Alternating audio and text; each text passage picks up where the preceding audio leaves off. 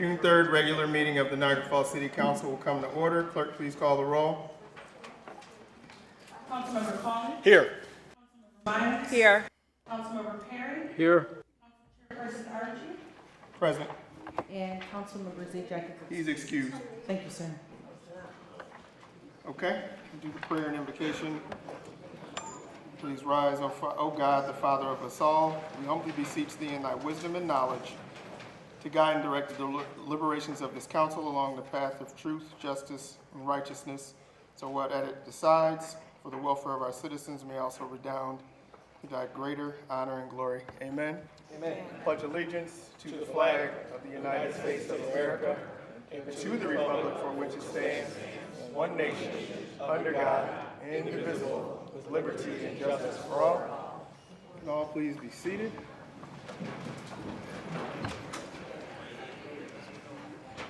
No public hearings or presentations for this meeting. We could get to the public speakers on legislative agenda items. I think we have a pretty lengthy list, so I would just ask that when we come up that we just be prepared to get started when we get to the mic. If you can call our first speaker, please. Our first speaker is Ronnie, agenda item number 8.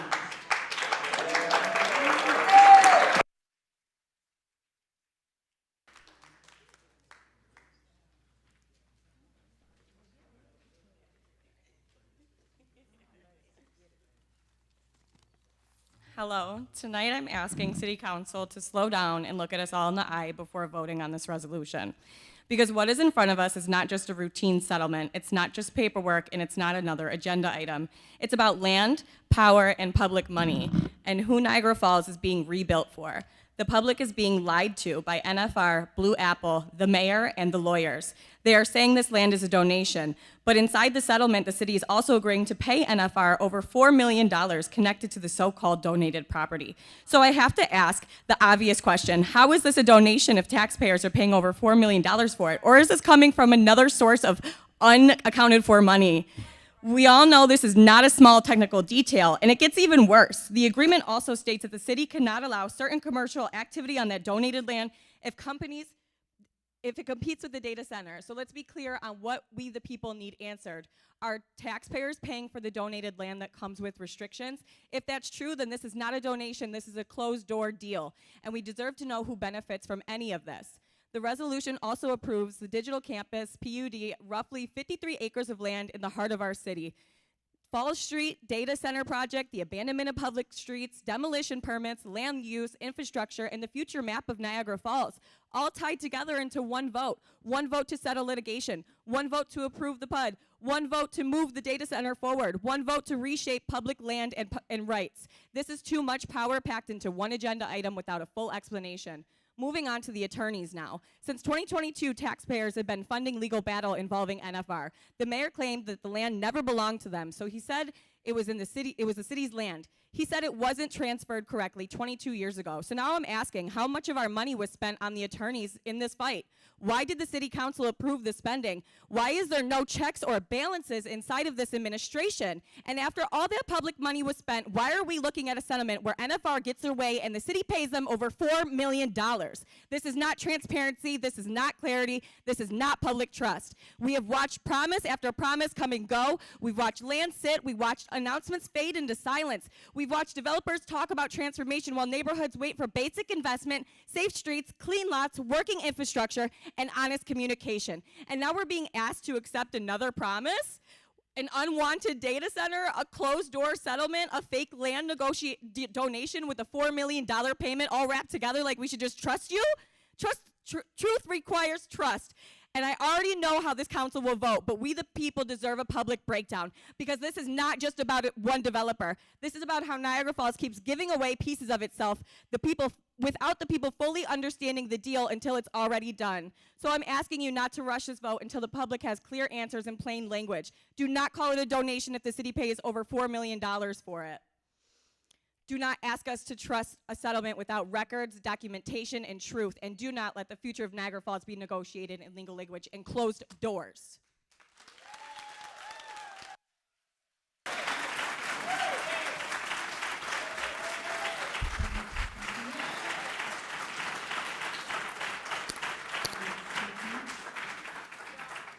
Russell Kramer, agenda item number 8, Russell Kramer. Hello, my name is Russ Kramer. I'm with Ironworkers Local 9. I also own a business, Great Lakes Iron, located in Niagara County. I think Niagara Falls has always been an industrial town and a tourist town. I think both of these projects fit at the right place and the right deal. We need good paying construction jobs to keep people in the area. If you don't have,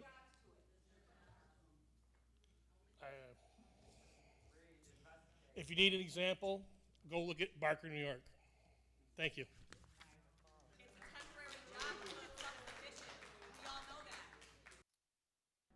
Our next speaker is Tanya Barone, agenda items number 8 and 11.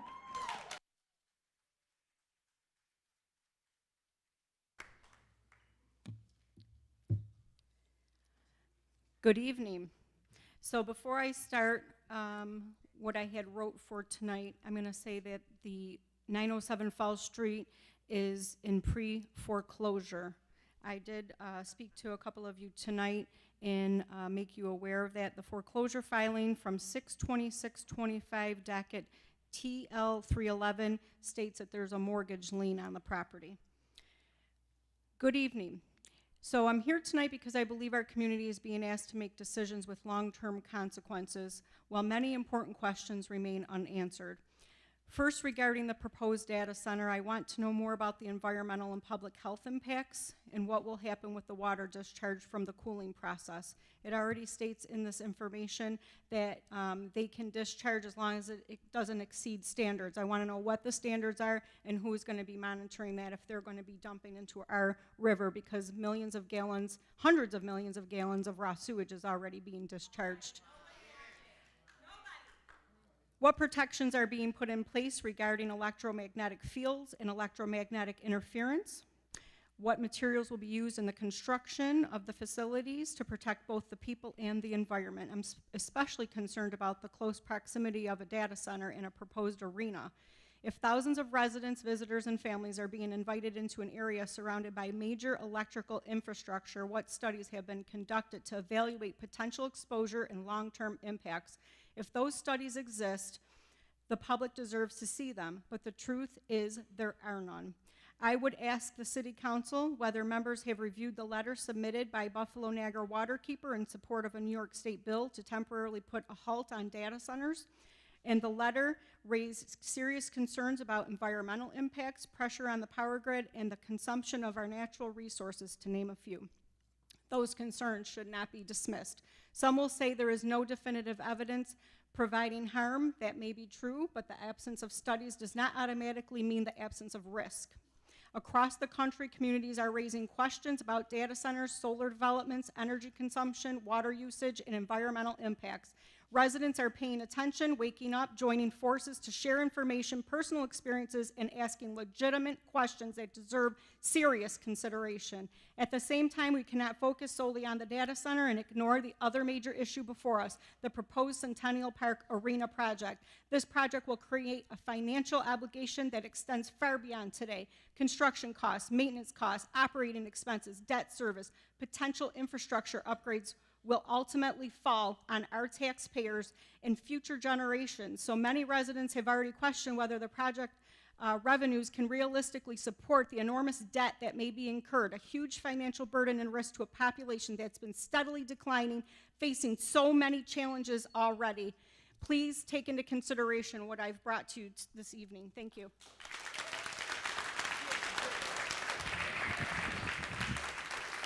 Our next speaker is Chelsea Keege. Chelsea.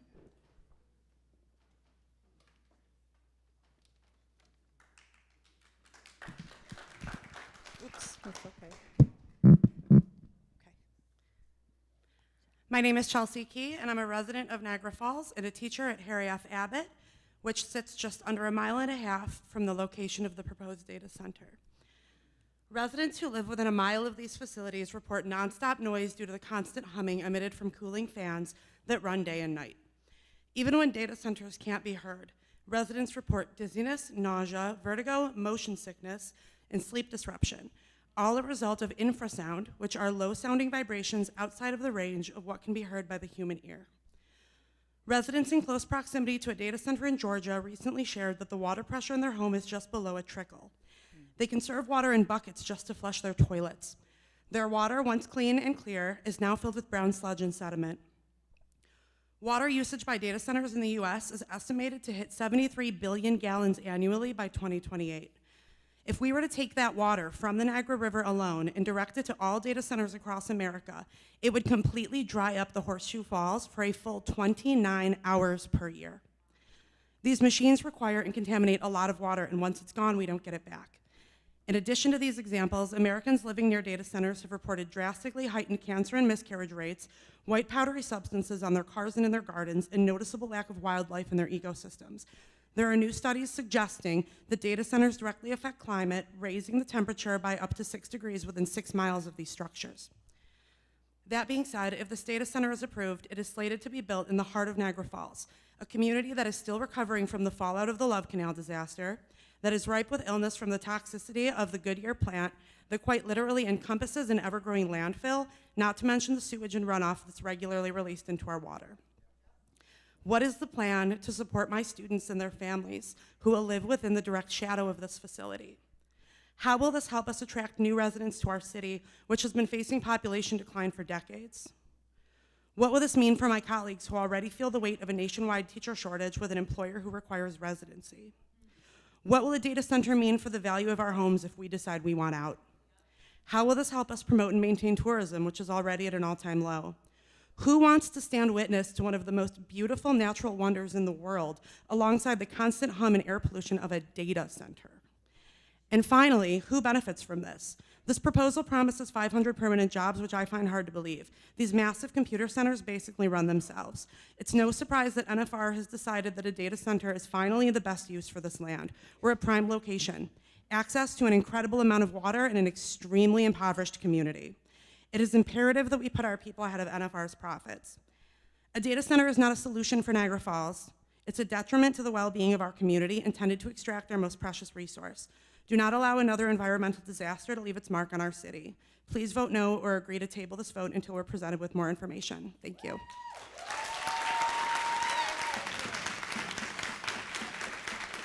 Our next speaker is Dawn Cooting, agenda item number 8. Dawn.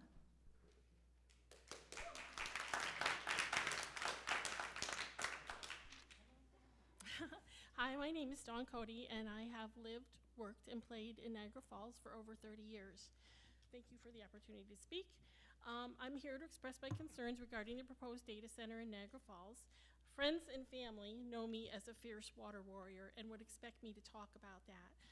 While I share the community's deep anxiety regarding the environmental and utility-related impacts, such as the massive water consumption and energy grid strain that often accompany these facilities, I would like to focus my remarks on the specific threat this project poses to our city's identity as a premier tourism destination.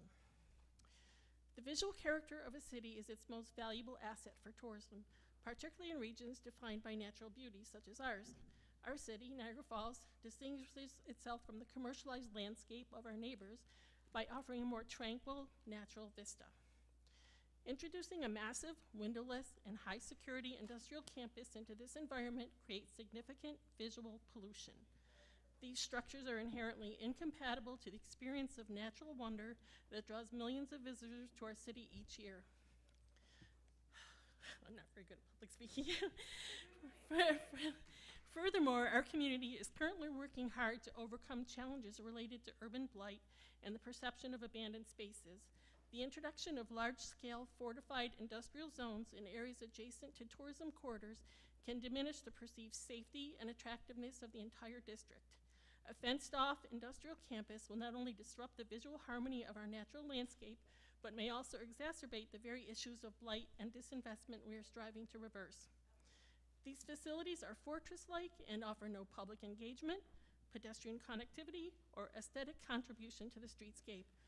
Also, the reliance on large-scale singular industrial projects to save our city often ignores social and economic health of the local community. The displacement of potential public-facing amenities in favor of high-security data center could permanently foreclose the future to reconnect the city to its scenic resources, effectively continuing the legacy of prioritizing industrial utility over human-centric urban design. While I'm not a native to Niagara Falls like my husband, his parents, and generations before them, I love the city. I'm fond of its past and hopeful for its future. I urge you, council members, fellow community activists, and friends to prioritize the long-term preservation of our unique aesthetic heritage over the short-term gains of industrial development. A data center cannot be the future we all envision.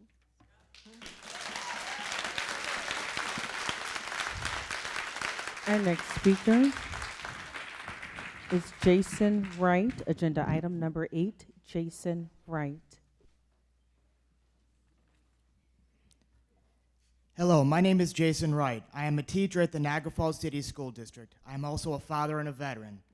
I'm here to speak against the proposal which would allow the Mayor's Centennial Park project to proceed while granting permissions to Niagara Falls redevelopment to turn other land into a digital campus. No matter what you call it, it is still a data center. Just a brief background of myself. I was born and raised in this city, graduating high school at the old NFHS in 1999.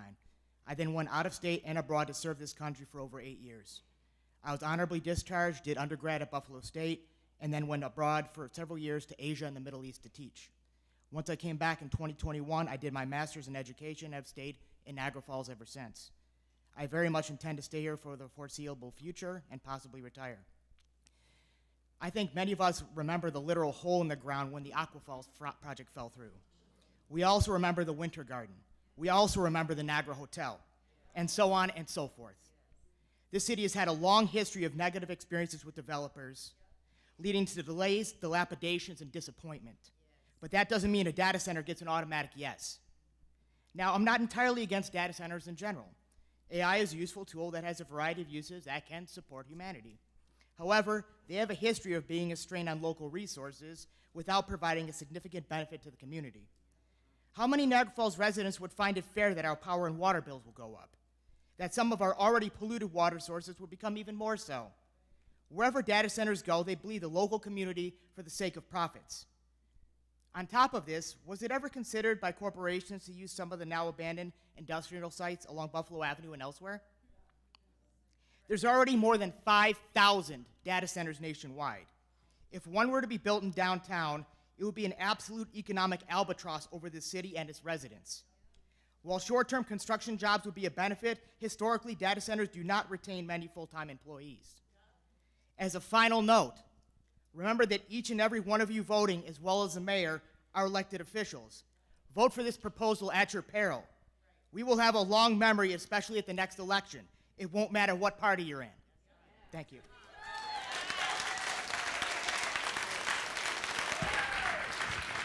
Our next speaker. Our next speaker is Carol Tarapazinski. I hope I've said that correctly. Carol. Hi, I'm Carol Tarpazinski. I remember all of you. What I'd like to say is we don't need to be driving people out of the city, because this is what's going to happen when all these people that live near the data center are going to not be able to sleep at night. They're going to have no place to go because we don't have suitable housing enough for everybody to move.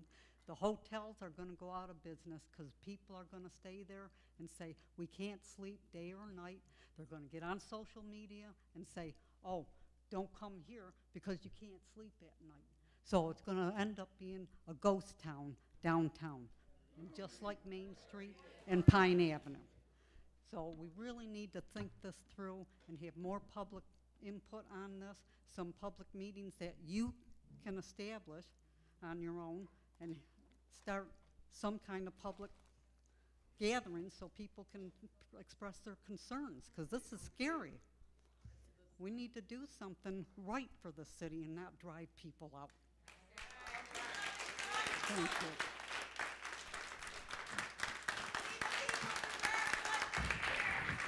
you. Our next speaker, Tim Hall, agenda item number 8, Tim Hall.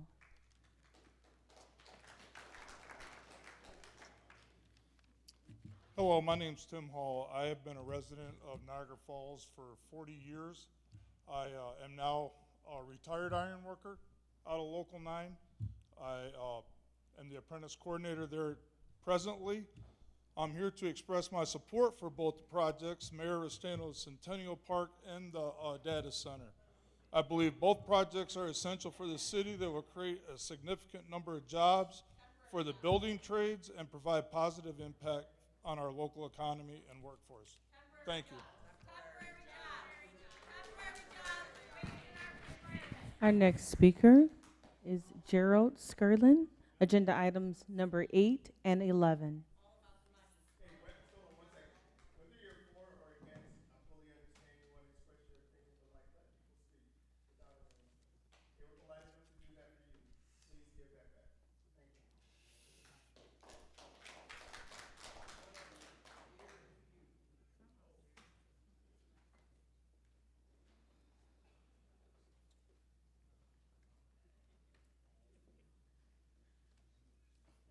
Hi.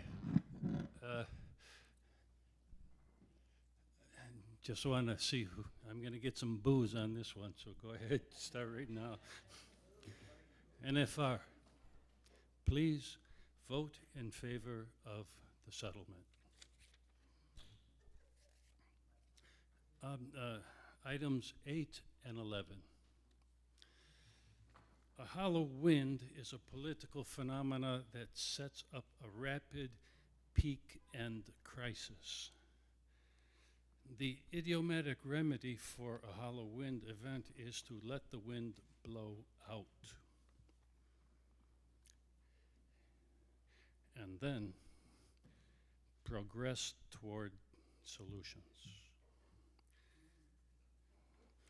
I refer that to both item 8 and 11, but we are in a terrible struggle regarding free speech and the limits of free speech.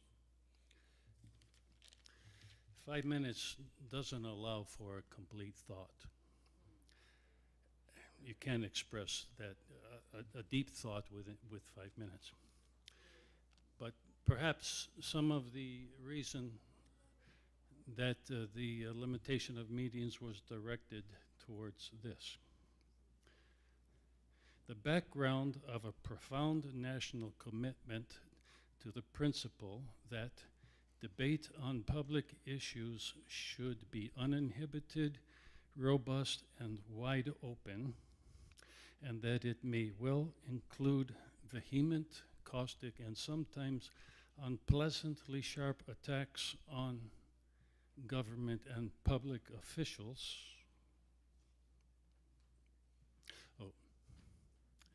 Okay. The First Amendment guarantees have consistently refused to recognize an exception for any test of truth. The Einstein moment, for example, when a person gets a lot more information, yeah?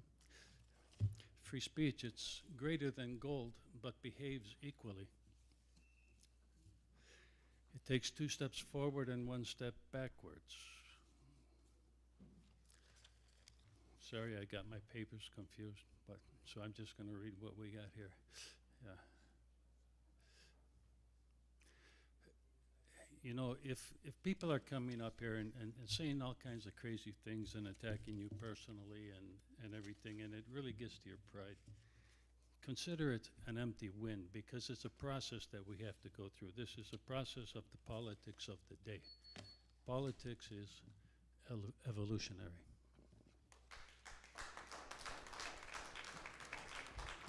Our next speaker is Eileen Kinnicky. Eileen, agenda item number 8. Good evening. My name is Eileen Kinnicky, and I'm a resident of the city of Niagara Falls, and I have been for the majority of my life.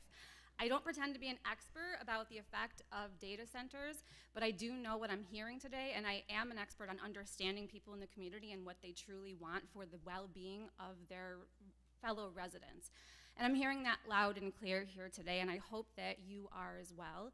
As somebody who has lived here the majority of my life, I am the child of people who grew up in Love Canal and have seen the health effects on them throughout the years and even passing down to me.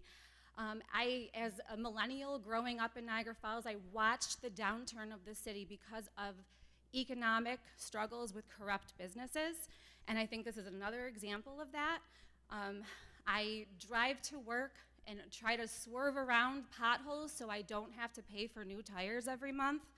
I park in the parking ramp near the falls, and there is mold and mice and just disgusting, deplorable spaces. Those things need to be addressed before we spend $4 million to give NFR something that they do not deserve.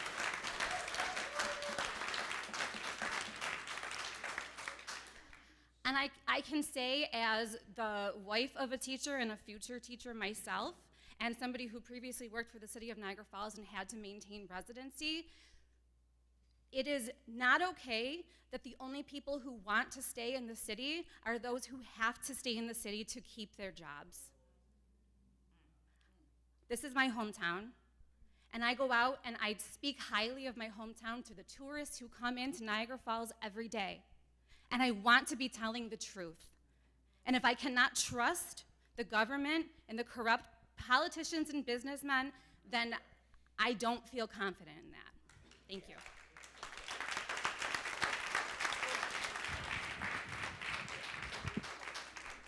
Our next speaker is Cherish Beals, agenda item number 8. Cherish.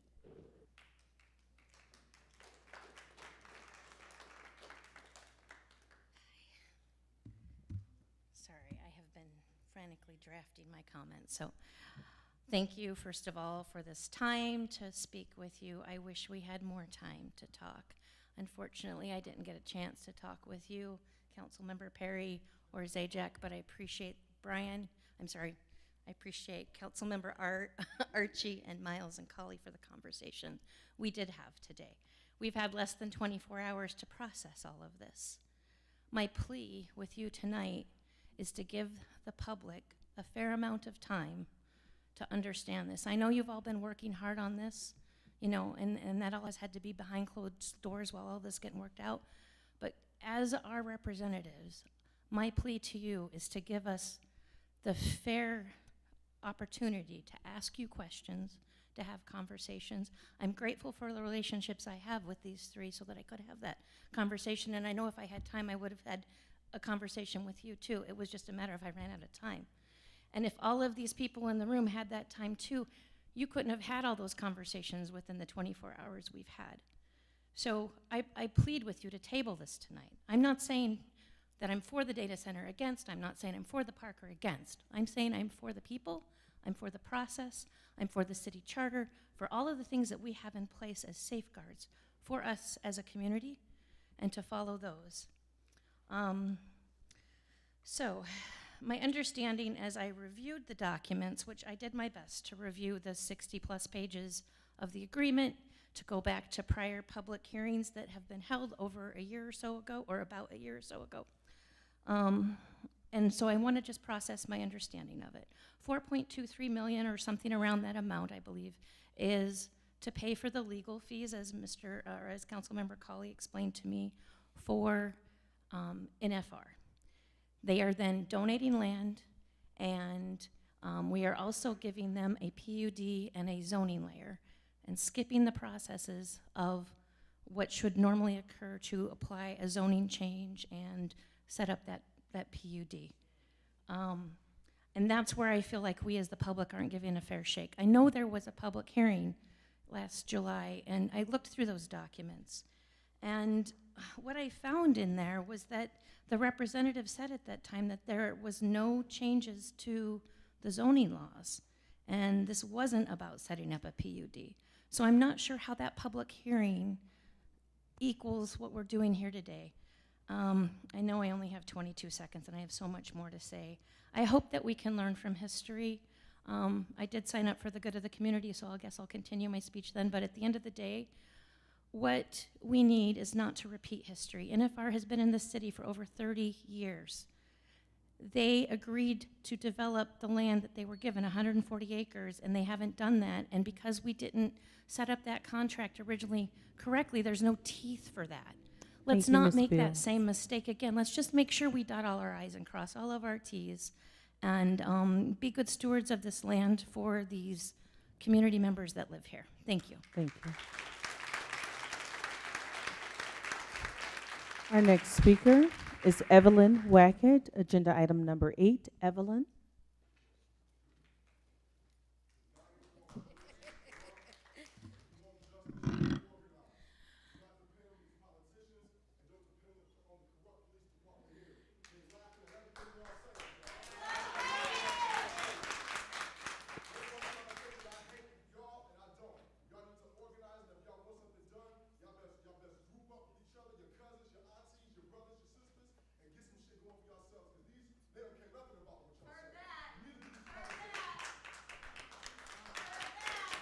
Evelyn.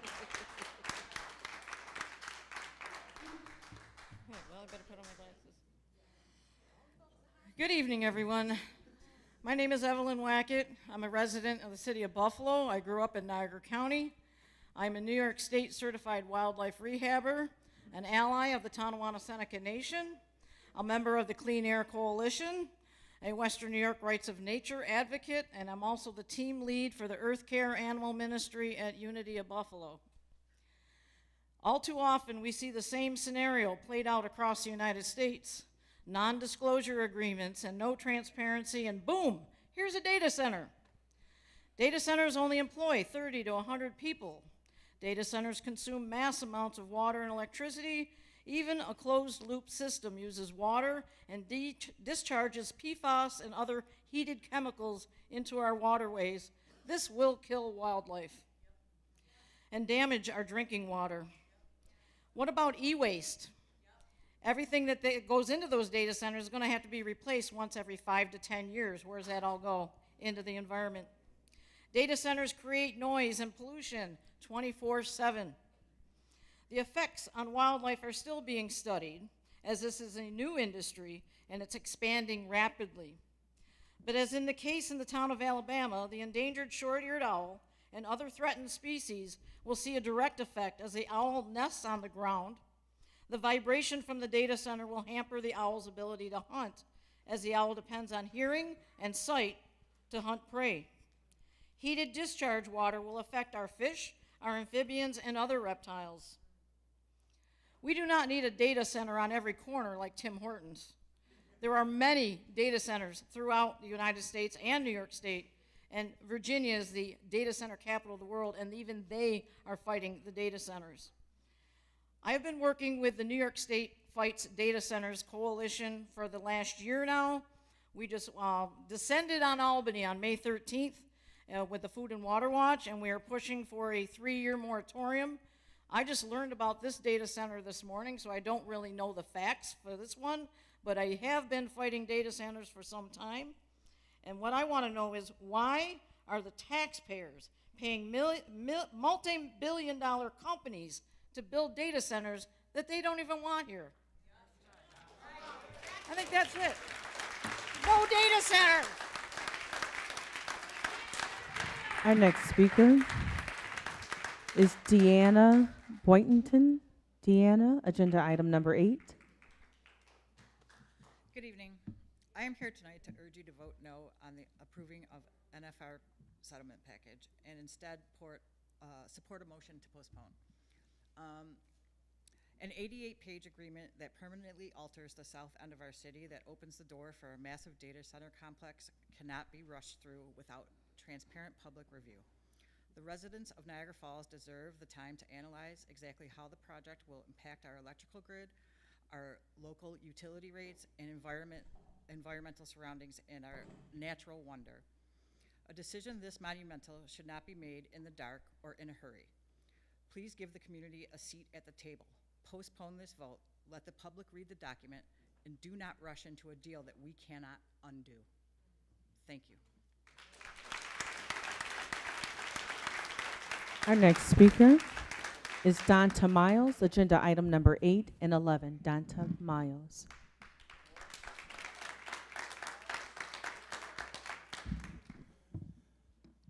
I actually had some notes, and I don't want to really repeat what a lot of people have said up here. But what I am going to say is that nearly 2 years ago, I actually had a conversation with a young man here who asked me, what did you think about this data center versus Centennial Park? And I told him it reminds me of Hulk Hogan and Andre the Giant. It reminds me of WWE, it's entertainment. It was a lie that was taught to us from the very beginning. They wanted us to pick a side and make it seem like that the mayor's finally fighting NFR for this land, but the true story is they were in bed with each other the entire time. Okay? So now, with that being the case, I have a huge issue because what this statement shows us is that what I thought a couple of years ago as I sat up there was actually true. So, how is it that, and the last time I remember, I don't know if my English is correct or not, but a donation never came with a price tag. So $4.2 million is kind of weird. It's kind of like me packing up all of the clothes that I haven't used for 25 years, AKA, NFR in their land, and I brought it to, the Salvation Army, and I donated it to them, but I told them I want them to pay twice as much as I paid for it. That does not make any sense. So what I'm asking you, and in this same agreement, they're saying that this covenant is to last perpetual. What does that mean? Forever. That's worse than the New York State that we have with our power authority. At least they do 50-year contracts. This contract right here is a forever contract. That means even if NFR sells the land, that same the same thing that they're asking is to go to the next seller. Make that make sense. I hate for my to insult my intelligence and to try to make us think we're not stupid here. And what happens is I want our political figures here to make sure that you don't treat us like we're like second-class citizens. At the end of the day, we're not dumb. Two, I want to get off of this because I know a lot of other people. 30 seconds left.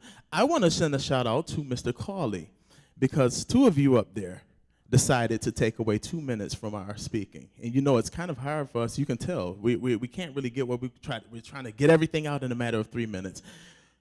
At the end of the day, you work for us.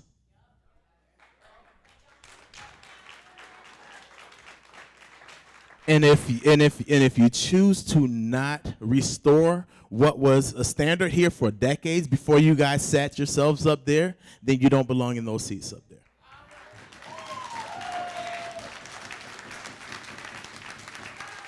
Our next speaker is John Sheary.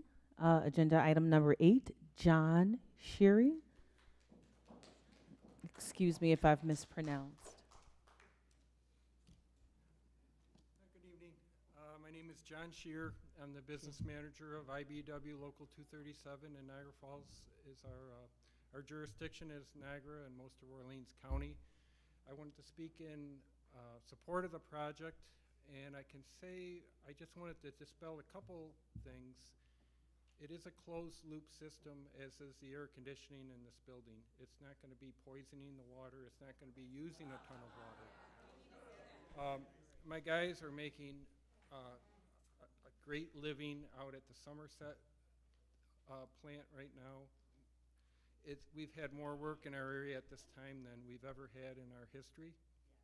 I probably have 800 travelers on top of my 300 that are working at it. I guess another good thing is we're going to be bringing in our biggest apprentice class ever this year. A lot of them are Niagara Falls residents and who are going to have a very promising career ahead of them. And with that, speak of temporary jobs, that's how we make a living. We go from one temporary job to the next temporary job. That's construction work. We rebuilt the New York Power Authority. We're doing the solar fields as they're coming, which there's a lot of people against that too. There's somebody against everything, and there's a lot of work to be had, and I'm just saying there's a lot of money that can come into this town. There's the people, you know. Right. I'm saying there's a lot of people in the area spending a lot of money at the restaurants and hotels here. So it's a great opportunity for the city. I would say I'd be in support of it. So that's all. Yep, thank you.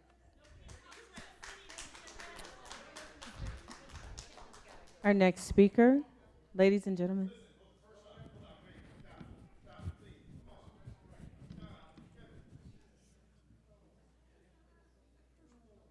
Man, just let's let each person come up and. I get it, man. I get it. But we don't have to argue and fight with each other when people are speaking. Though, come on, man. I understand. Can you come? Next person. Our next speaker is Robert Ventry, agenda item number 8, Robert Ventry.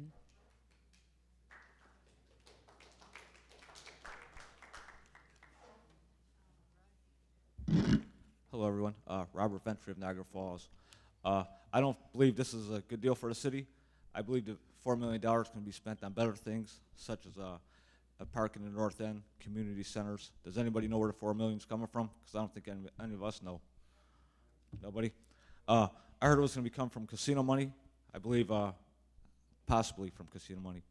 But I believe that money is supposed to go to improve our city, roads, sidewalks, and not projects like this. And we haven't heard about casino money in a long time. And I think the public should know how much we get a year and what it's being spent on. We haven't heard about it. There needs to be a transparency with that.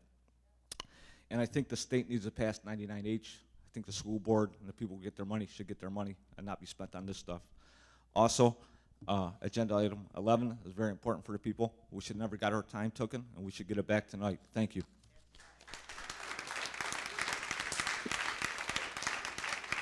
Our next speaker is Marcy McVie. Marcy, agenda item number 8. Is there a Marcy? Oh, there is a Marcy.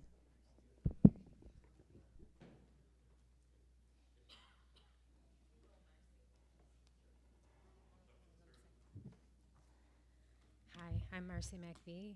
I have to agree with a lot of things that a lot of people had said about the environment, the wildlife, the noise, the sound, what it's going to do to us every day, 365, 24/7, in the heart of where you want tourists to go, where you want residents to feel sane. It's not good for mental illness, it's not good for health, it's not good for kids. I mean, the list goes on and on. So I guess my question is, and I know you're not going to respond to me directly, but my question is, do you feel comfortable with 3 days of reading 88 pages to make a vote today? Like, do you feel really comfortable? Because like we said, we're opening Pandora's box here. Once we say yes, that's it. It's done. New York State is pushing 30, coming in hot, data centers. For what reason? I don't know. Why is it coming in so fast? Why are we just finding out today? I woke up a month ago. I woke up and all of a sudden I was like, data center, data center. Why am I thinking about data centers? And then I started tuning in, and I'm like, oh my God, they're coming in really hot. Are you guys seeing what residents and communities and towns are already experiencing with their data centers?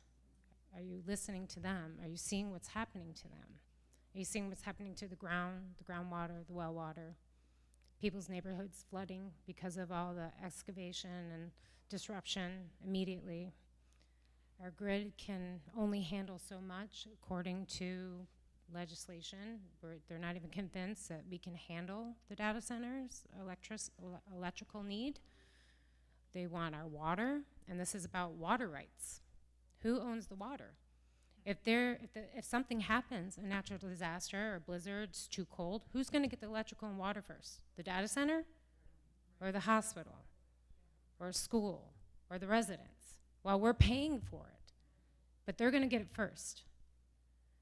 And then the bigger picture, the main bigger picture, is that these data centers are collecting all our data. They're collecting all our data. We're already on our phones. I know the TV's watching me. I'm having a conversation, something's popping up. But this is watching people. Flock cameras everywhere. The flock cameras are coming, and we're going to be watched. And this is really what the end game is here. This is for billionaires. It's not for us. It's for them. So what is left for us? What is our quality of life once this comes? And again, we've lived through, majority of these people lived through Love Canal. We know better. We know what happens. And it's still, I saw something the other day that Love Canal may be leaking again. Thank you. So it doesn't stop. It doesn't stop. Forever chemicals. Okay. Thank you, Marcy. Thank you so much. Our next speaker is David Lemke. David Lemke, agenda item number 8. David.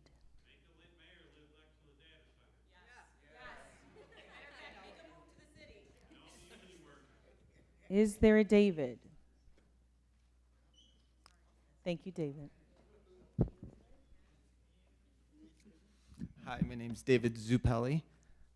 I have a David Lemke first, not Zupelli. So, I'm just here to just voice. David? Is that me or no? That is not you, sir. Oh, I'm sorry. He stepped out? That's why. That's Okay. why I Okay, paused. no. Okay, I will come back to you, sir. I have a few others before you. Our next speaker is Anita, agenda item number 8, Anita H. I do not want to mispronounce your last name. Thank you. Good evening, Anita Hartunian from Niagara Falls.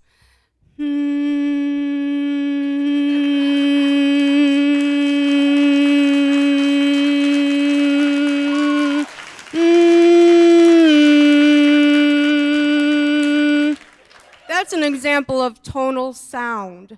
Is that not annoying? Would you like to hear that as a tourist? I don't think so. I wouldn't either. It's annoying. I know I'm annoying too. Anyhow, no matter how you dress, okay, first of all, there's tricky and fancy language in this agenda. No matter how you dress it up, it's sales and marketing and lawyer talk. It should be clear to the residents, to the layman, to the average person, what we're talking about here. It's not fair to everybody in the audience or in the residents that we don't understand. Well, some people don't understand the public issues because of the lingo. Next, we need to fix the city. We need to develop the city before we think about a data center and a centennial park. That's not a good move. I urge you to table this, postpone this until you all have more information. Hopefully you all read the email that I sent earlier, or last night. Furthermore, there's temporary jobs. They're not guaranteed to be employed by the Niagara Falls residents or contractors. These data centers require skilled, experienced workers. This projected data center, I mean, come on. This agenda, no matter how you word it, is paving the way for a data center because that's what NFR wants to build on the land. Nobody's stupid here. Anyhow, the data centers require skilled, experienced workers. The presentation last year, June 30th, by NFR, a college graduate, could have done a way better job of sales and marketing, and I'm not even in sales and marketing. My area of expertise is mainly human services and environmental science. The projected data center that they plan to build will not provide 550 jobs. It absolutely runs itself. 65 decibels exposure is, from my research, if you're exposed to that, it's about 8 hours of exposure is all humans can handle. I'll run for mayor and provide transparency. Nobody should be in the dark about this. It's ridiculous. Thank harm. you, Anita. I have so much more to say. Our next speaker is Patricia Frederick, agenda item number 8. Patricia Frederick, agenda item number 8.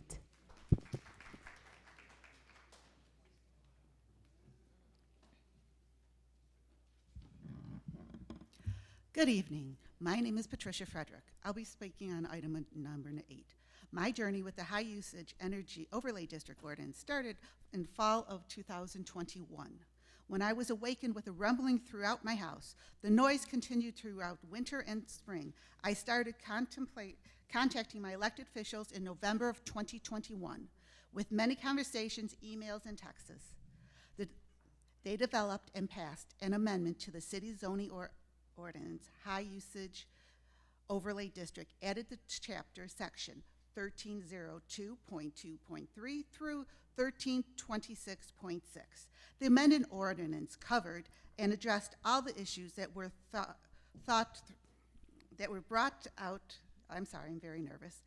to the city's attention by citizens that have been affected by this haphazardly placed data centers and cryptocurrency data facilities in the area. You are now asked to amend the zoning ordinance, again to establish the Niagara Digital Campus Planned Unit Development District, bounded by John Daly Boulevard, Falls Street, 15th Street, and Buffalo Avenue. The area will surround historic Holy Trinity, which is on the National Registry of Historic Places, literally separating them from the tourist district and the people that will visit them. It will also be adjacent to the New Hope Baptist Church, an occupied residential home. In 1970, urban renewal came along and allowed the placement of then Niagara Falls Convention Center, currently the Seneca Niagara Casino, to be built in the center main thoroughfare of Fall Street and block traffic to the shopping and tourist district. It destroyed the flow of traffic and commerce. We cannot make the same mistake again. Our city has been plagued by the ruins of over-industrializations for centuries. Those citizens who were also made grand promises of prosperity and development. And here we are in the rubble of those decisions. Prime waterfront destroyed, toxins, chemical waste, neighborhood disruptions. Those realities weren't written in the small print of those ordinances either.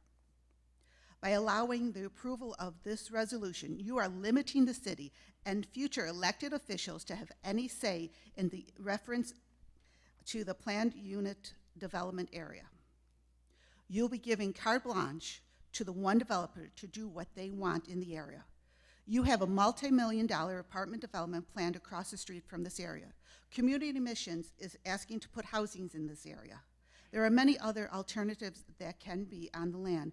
By allowing the zoning to change, you are limiting the possibilities. I realize it's their land, but is it the right plan for it? I don't think this is. Thank you, Patricia. Thank you.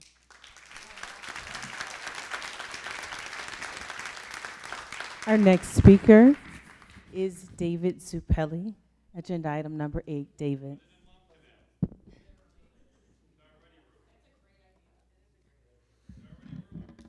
Hi, my name is David Zupelli. I'm a resident at 408 82nd Street. I'm a registered civil engineer for the state of New York, and my primary job is to literally look at zoning codes and to read and understand them. And I read this PUD code that is proposed, and it was just outrageous. It has one of the most vaguest language I've ever read. Like, just for example, a code that is meant to literally designate a distance or designate an amount, we will stride to provide. We should do this. We will give adequate that. It's just very vague language throughout that whole document. And that's supposed to be the guideline that they're supposed to follow for this whole thing that you are approving tonight, is this PUD district. On top of that, why are they also requesting no seeker review for any of these projects? As part of this PUD, it eliminates seeker review. New York State environmental seeker review of these projects, which basically document how much waste they are using, how much water they're using, how much electric they're using. Wow. And none of it, now our PUD is going to supersede New York State code saying that they don't have to do this anymore. Why? Why is that in the code? Why is that in the PUD? I just simply want to answer for that. Thank you.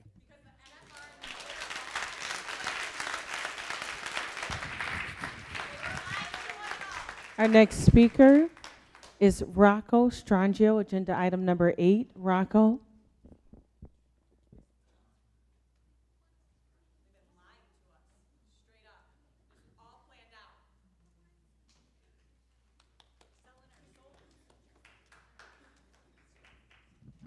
Good evening.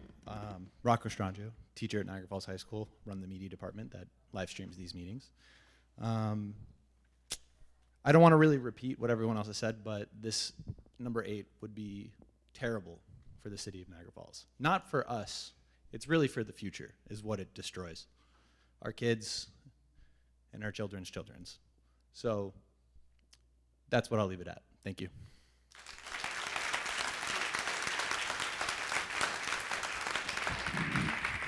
Our next speaker is Ben Ekres. Ben, agenda item number 8.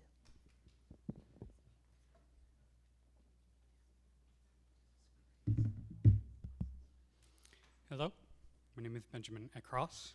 No worries about it. I don't know, I married Tell into me. it.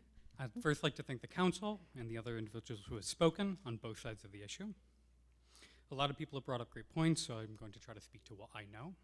My job title is Systems and Data Analyst. I bring that up solely because my career is the type of job that may be created if the data center gets built. I'd like to specify may there.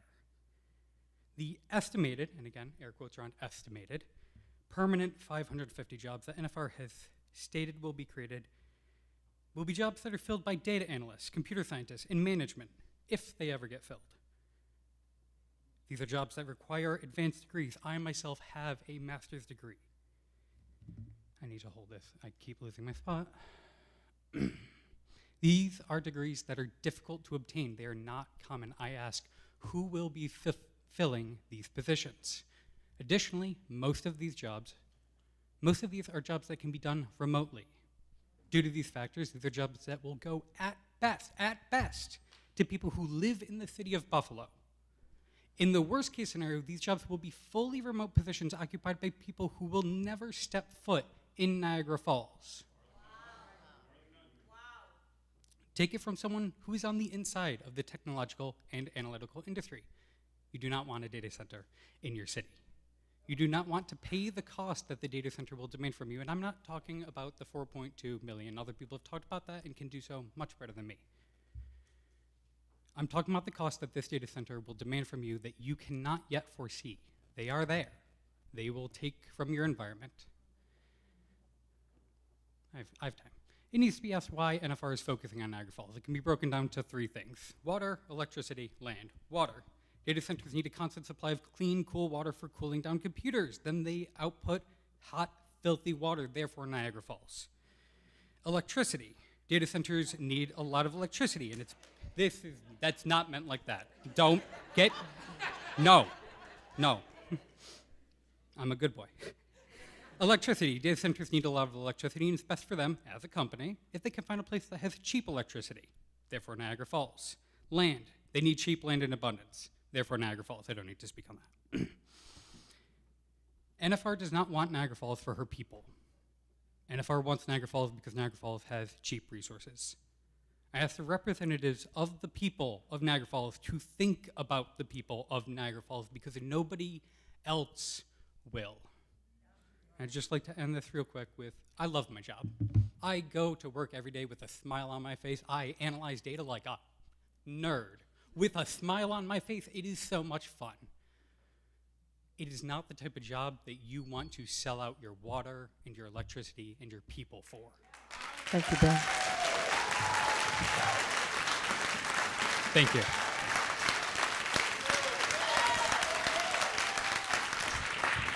Our last speaker Our last speaker is Carl Skumpinski. Carl, agenda item number 7.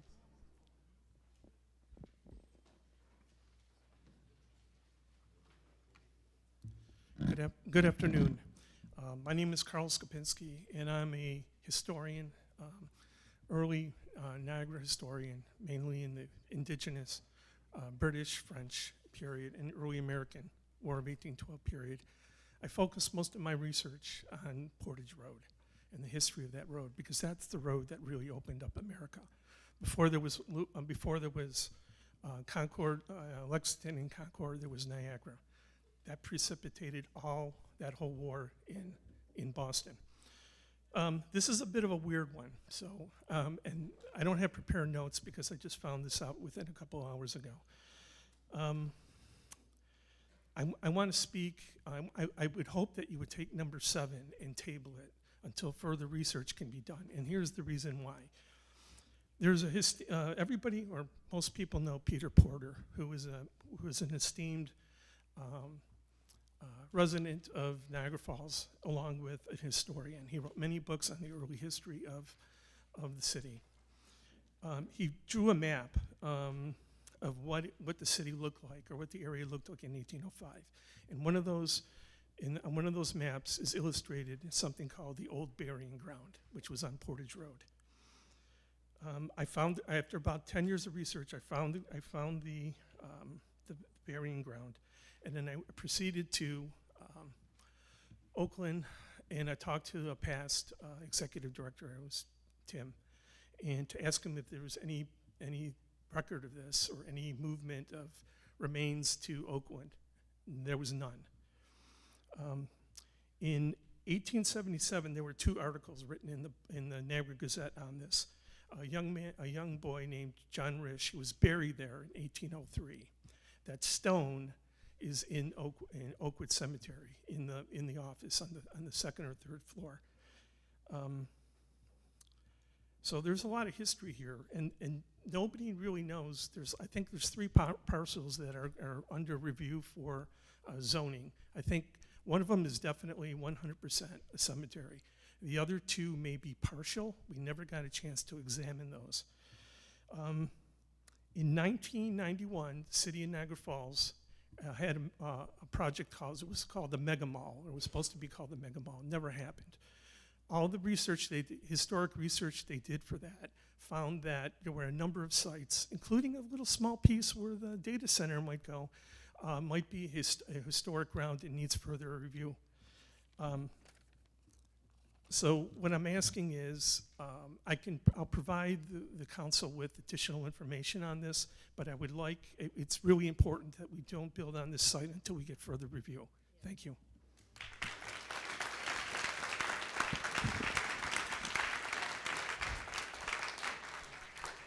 That is our last speaker, Chair. Okay. All right, where are we? Administrative updates. Thank you, none this evening. Community happenings. Yeah, I know we have Juneteenth at the NAC on June 13.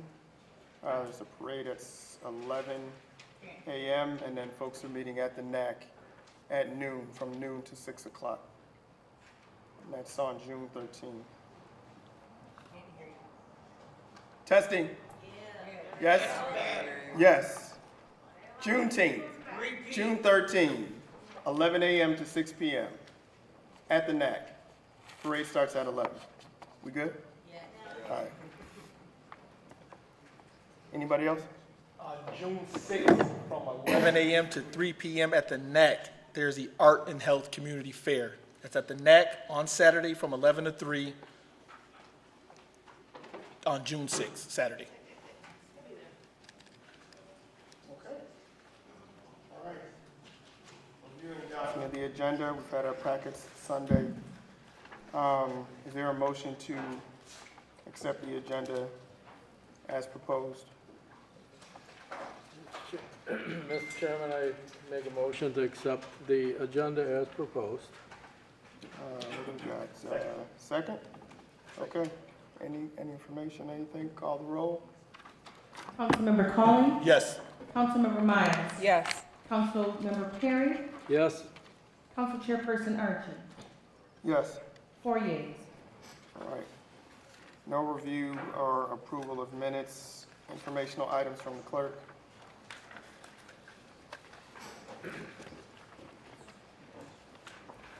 Liz, any informational items? No, sir. Cool. Okay. Section 7, legislative items. A motion for item 1.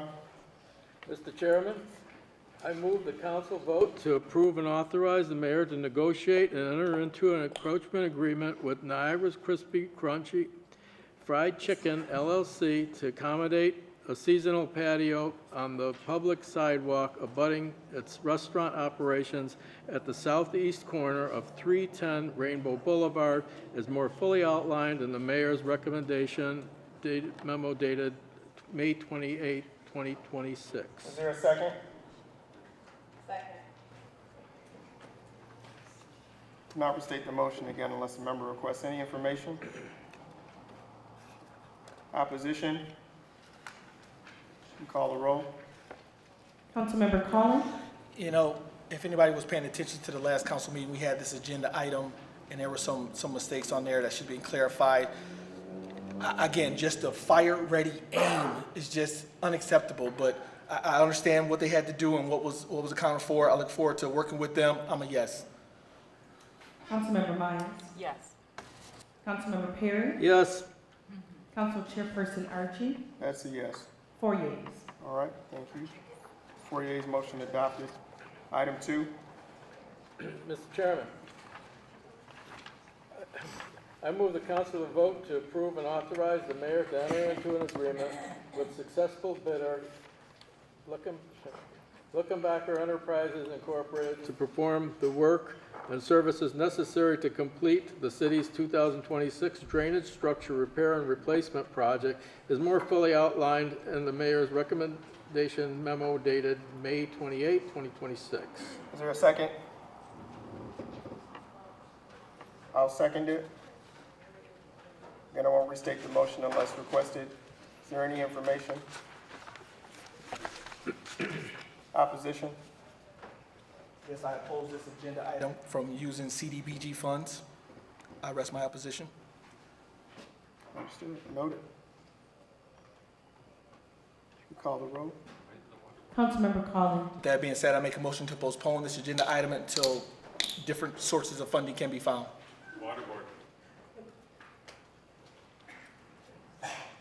Motion on the floor is to postpone. Is there a second? I'll second.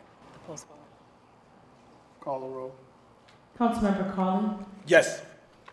Councilmember Miles? Yes. Councilmember Perry? No. Council Chairperson Archie? Yes. 3 yeas, 1 nay. We have a motion for item 3.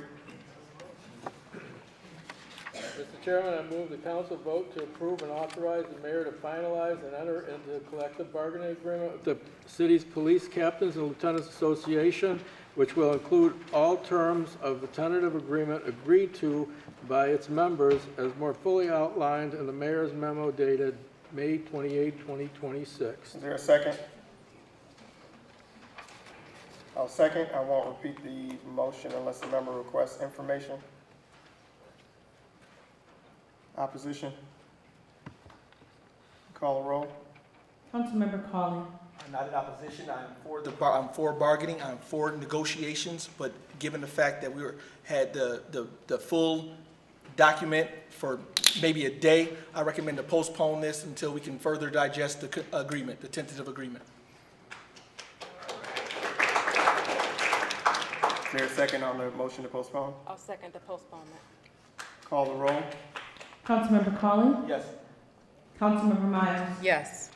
Councilmember Perry? No. Council Chairperson Archie? No. 2 yeas, 2 nays. The motion on the floor is to what?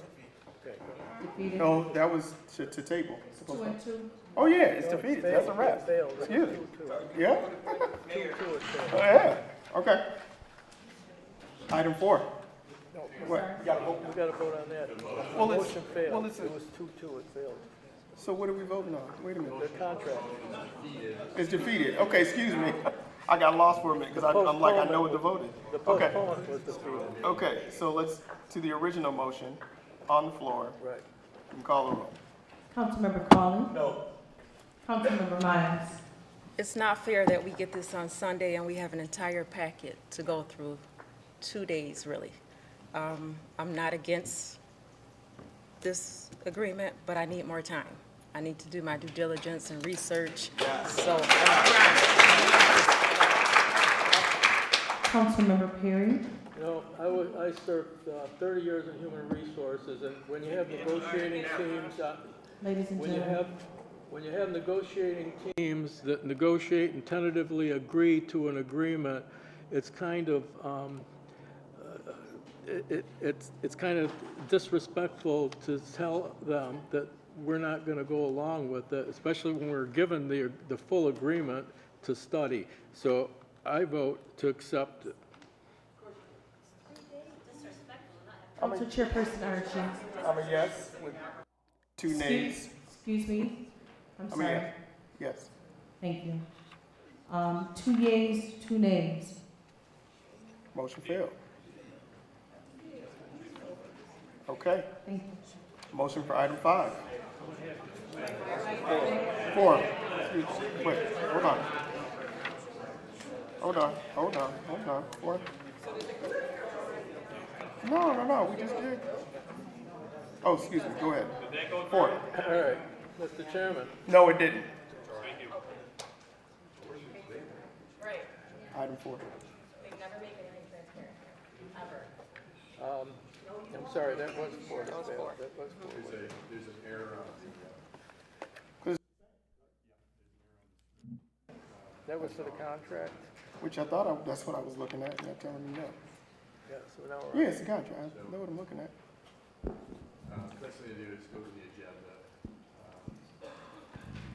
When someone makes the motion for item 4, read off the agenda. If you can hand it up, I have it. Can we speak up, please? There's a typo in the document. Item 3 reads as item 4. Okay, that's right. I got. So we've already voted on it. It failed. Okay? So the 4 that we have in the piece of paper is something different than we have in. So let me just, maybe it would help if I read agenda item 4, and then if someone wants to make a motion in the chat. Are you reading it for us? Okay. Yeah, go ahead. So agenda item 4 asks to approve and authorize the mayor to enter into an agreement with the successful bidder, E-Electric of Western New York LLC, to perform the work and services necessary to complete the traffic signal improvement project at 11th Street and Lockport Roads, as more fully outlined in the mayor's recommendation memo dated May 28th, 2026. Is there a second to that motion? What? Move it? Yeah, Jim. And I'll second. Yeah. All right, thank you. Yep, Calling the roll. got it. We're asking for, and do we need to repeat? Any information requests? Opposition? Calling the roll. Councilmember Collins? I'm not in opposition to upgrading our infrastructure, to fixing what needs to be fixed. I mean, I know this road, it's over there, family over there. I just don't, as far as for $100,000, I don't know what we're paying for. I don't know what we're getting. I've asked the question, and I just postpone until we can get more information on what this equipment is.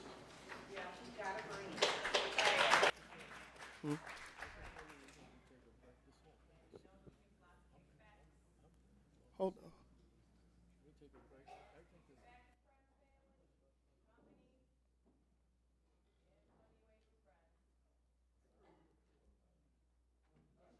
I mean, I don't know what, I'm trying to hear him and hear you, but I need to be listening to him. Thank you.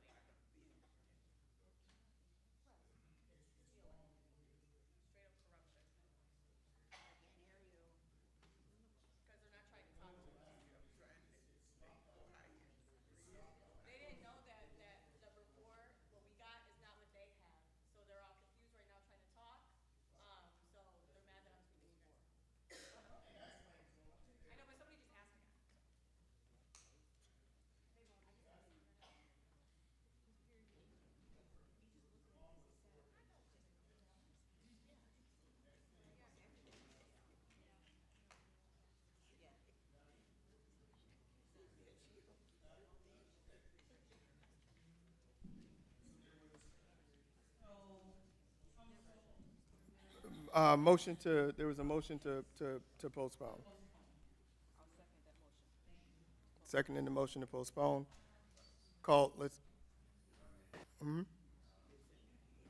The item, the mayor's memo, which was published, makes clear that the funding for this is time limited. So postponement would result in the loss of the grant to pay for the repairs of those signal controls, pedestrian controls. So a postponement would effectively lose the money. Thank you for the input, but we're gonna so call the roll for the postponement, please. Thank you. Councilmember Collins? Yes. Councilmember Miles? Yes. Councilmember Perry? No. Council Chairperson Archie? No. 2 yeas, 2 nays. Back to the original motion on the floor. If you could please call the roll. Yes, sir. Councilmember Cawley? Down to do a special meeting. If we need to, I am a no. Councilmember Miles? This is a large amount of money for a replacement or improvement project for a traffic signal. Can this money be reallocated to potholes, to other areas? Infrastructure near my house. I'm a no. No. You're a no? Thank you. Council Member Perry? Yes. Council Chairperson Archie? So for me, these are lights and signals that have had consistent issue near the school and need to be attended to, so I'm a yes. 2 yeas, 2 nays. Motion defeated. Okay? So let's go to number 5. Motion for number 5, please. Mr. Chairman, I vote to approve the grant for $67,000 to Niagara Falls. One moment, I'm sorry, please. ladies and gentlemen, I need to be able to hear so I can capture the votes. Council, we'll have the council members speak up, but in order to hear, we still need quiet while they're doing the votes. So if you could just give me a minute. Thank you. All right, so we're on agenda item number 5, Number correct? 5, yes. Right. Motion. I make a motion to approve the grant for $67,000 to Niagara Falls Boys and Girls Club, as well as authorize the mayor to execute the documents necessary to effectuate the same. All is more fully outlined in the mayor's recommendation memo dated May 28, 2026. Is there a second? I'll second. I will not repeat unless a member requests any information.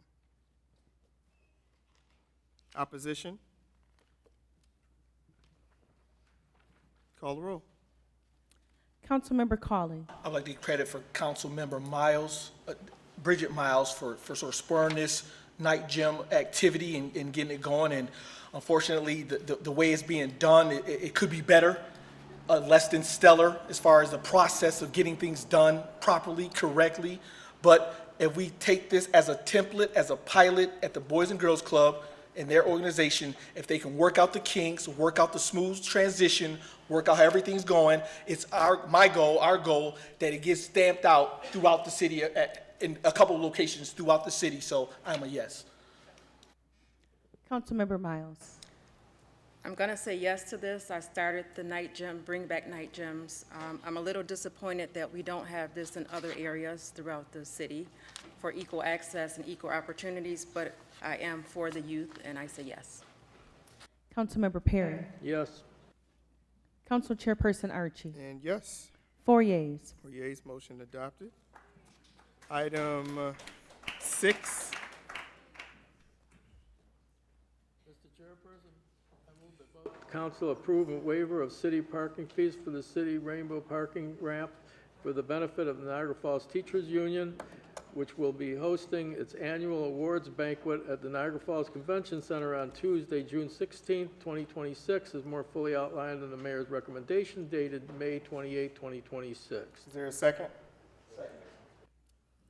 Again, we won't repeat the motion unless requested. Any information? Opposition? Please call the roll. Councilmember Cawley. Congrats to the awardees at that banquet, Local 801, Teachers Union, congrats, enjoy, yes. Councilmember Miles. Yes. Councilmember Perry. Yes. Council Chairperson Archie. Yes. 4 yeas. 4 yeas. Motion adopted. Item 7. Mr. Chairperson, I move to approve Resolution 2026 relative to scheduling a public hearing on the proposed adoption of a local law that would amend the official zoning map concerning 324 Portage Road, 1431 Robinson Court, and 320 Portage Road as requested by the Community Missions of Niagara Frontier, Inc. Is there a second? I'll second. Will not repeat the motion unless requested. Any information? Opposition? Let's please call the roll. Councilmember Cawley.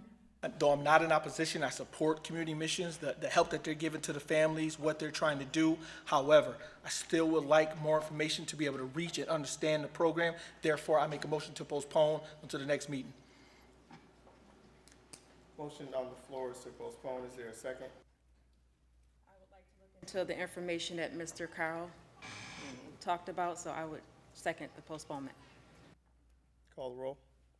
Councilmember Cawley. Yes. Councilmember Miles. Yes. Councilmember Perry. No. Council Chairperson Archie. Given Mr. Skupinski and what he said, I would actually say yes. We can wait. 3 yeas, 1 nay. Item 8. Item 8, Mr. Chairperson, I move to approve Resolution 2629 relative to approval of a stipulated settlement order as to all pending litigation, Niagara Falls Redevelopment LLC and its associated entities, and the approval of the Niagara Digital Campus Plan Unit Development District. Is there a second? Second. Not repeat the motion unless requested. Any information? Opposition? Please call the roll. Councilmember Cawley. I know it's late, I don't want to hold you long, but let's spare me a couple minutes to answer questions, to hunker down, and let's go over this. Let's talk about this as a community.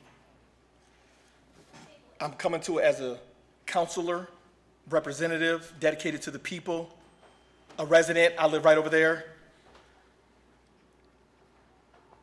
We all want development. There is good development and there's bad development. I want good development. I would rather see us talking about a 10, 20, 30, 40 acre indoor water park for our kids. Would love to be talking about it. Even getting to that water park, good development should also have a good process to allow it to occur with transparency, openness, communication, trust, and honesty. For me personally, I have never, and it has never been, what camp am I in? Am I in the data center camp? Am I in the Centennial Park camp? I've never been in either one of those camps. Even back in 2023 when I was on the council, was never in either camp. I'm for the people right here. I'm for everybody. For everybody. I am for good governance, proper planning, proper process, elite execution, good and proper development, and protecting taxpayers' dollars and resources. Your dollars, my dollars. That's the camp I'm in. If you want to know what camp I'm in, that's the camp I'm in. I'm your servant. I work for you. I work for the people. I desire, with that being said, also desire to have a working relationship with every single business in my city, small, medium, and large. Whether they support me or not, whether they even know my name or not, I support them. They don't have to do anything for me. I got up here to serve the people, period. And I fight for them too. They don't even know me, don't donate anything to me, don't even say anything good about me. I still support them. That doesn't matter. It doesn't. It's a principle stand. I have maintained the same position from the beginning. before I even knew what an NFR was. It's a philosophy. It's a principle. It's a principled stand.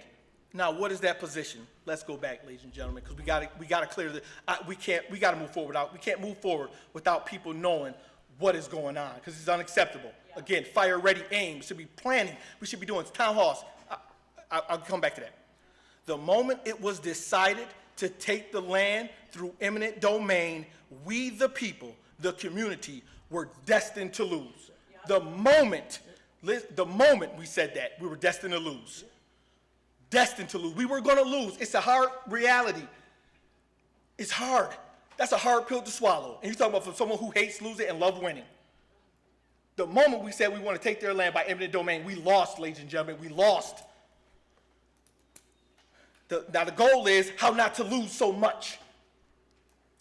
We were going to pay to get the land, the lawyers' fees, all of it. No matter how it came out, we were going to pay for that. We lose at our expense. That's not good governance. That's not the way to run a city. Awful.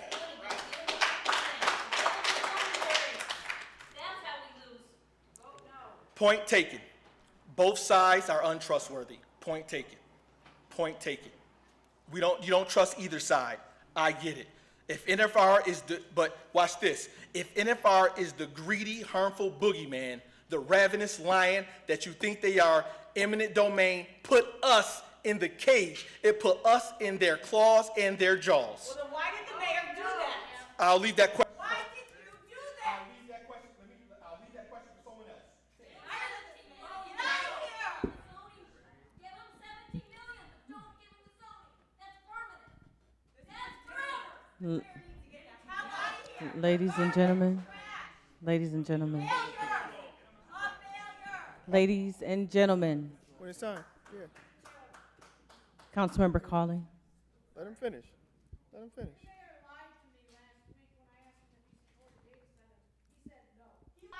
Hold on.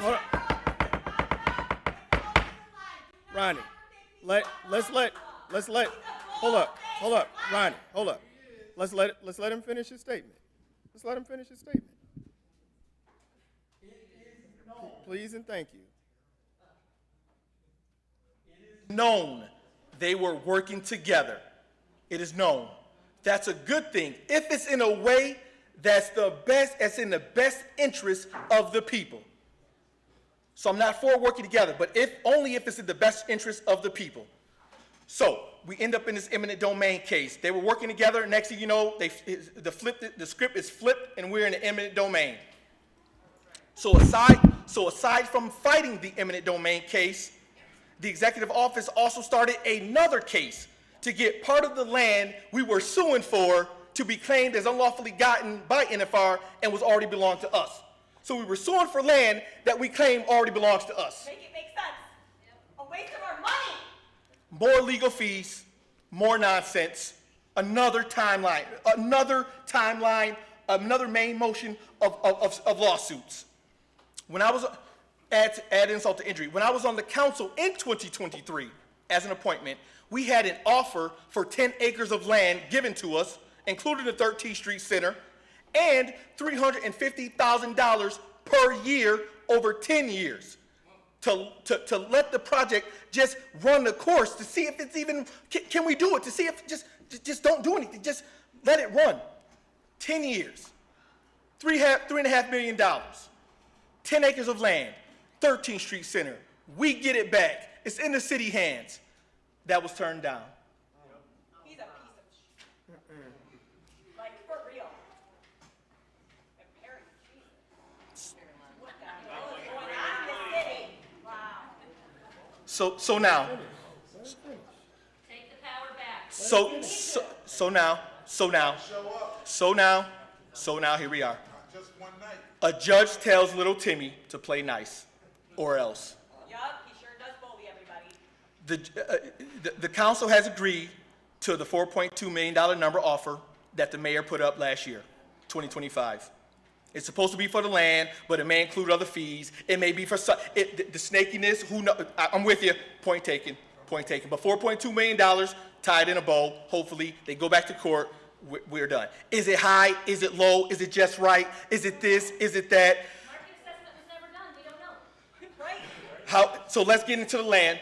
This is totally diverting myself off course, but let me take 30 seconds to understand. So there's 10 acres. If you take a diagonal and you cut it about in half, 4 acres is the city park. That's ours, but not ours, but really ours. 6 acres is the land that we're going after. We offered the $4.2 million. We offered the $4.2 million for the land we don't own. Make sure. Let's be clear. I'm sorry. I want to make sure we gotta get here. Please just bear with me. I know you're sitting on these hard seats. It's hot, but you want questions. You want answers. I'm giving them to you because I'll stand right here until you want to. If you want to come up to me afterwards, but I got to give at least a broad stroke of everything because it's just crazy. Thank you. Thank you. Thank you. We're here. Now, 4 acres is city park, old, abandoned. There's actually another tract that's DOT and another tract that's railroad. There's 3 pieces of land, but 4 is one side and 6 on the other side. So you got this mental rectangle in your mind. We offered $4.2 million for the 6 acres. All right. So we're saying the judge was saying, or the situation is, okay, Niagara Falls, the 4 is yours now. We offered 4.2 for the 6 acres. Now, it's not my place. I'm not here to be an apologist for anybody. I just want you to know what's going on. The 4 acres was thrown in. Now, how do we get to the numbers? That we offer, you go to a used car salesman has a car, you say the used car wants 1,000, you say 500, he says 900, you go 750, you come somewhere in the middle. That's not even the issue. Because and I'll get to the alternative and come back to it. The alternative is we just keep wasting more money, more fees, more time, more nonsense. We'll waste it, let's do it. Screw them and their See, land. that's personal. See, that's not. Okay. But it's the mayor too. The mayor and NFR are in this shit together.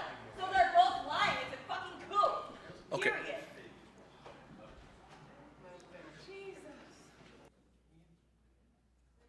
Go ahead. That we offered the $4.2 million supposedly. If you want to argue with me, is that really the price of the land? Is that really the cost of it? Is that including their fees? Is it higher? Is it lower? We can argue that all day, and I would love to. But that's not real. That's still not the issue. The issue is because if you want to look up the last eminent domain case, it went for a lot more per acre. Now, I'm not saying that they're being generous. I'm not saying that they're doing it out of the goodness of their heart. I'm not saying any of that. But I'm saying is that they're throwing in the extra 4 to give us the 10 for 4.2. If everything is supposed to go, and if something comes wrong and is outside of this contract, I will be the first one to blow the red flag on it. Because everything's supposed to be done. They go back to the court. Everything gets done in 2 weeks, roughly, and we move forward. Now, there is no rush at all. None. Then let's table it. But the city gets the land. Bottom line, the city gets the land. They are allowed, and it's zoned to build the data center. There is no state process. There's no secret that's being skipped. We're zoning it for them. Ladies and gentlemen, there are hard pills to swallow.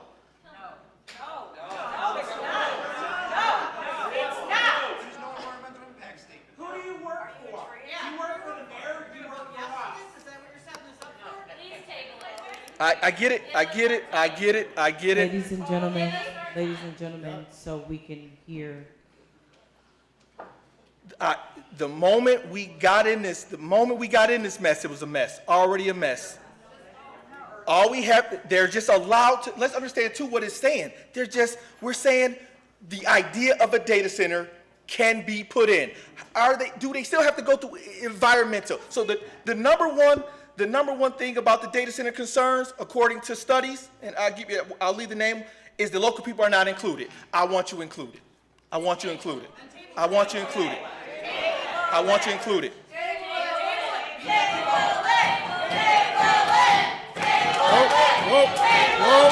Excuse me, Whoa. Hold up. ladies and gentlemen. Hold up. Exactly, right? All the Yo, Why are we learning about this? The Niagara Gazette this morning. I didn't learn about this until 9 o'clock this morning. Hey, hold up.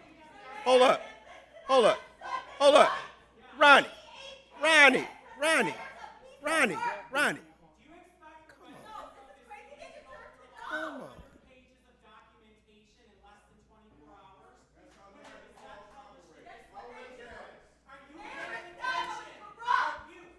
Yeah.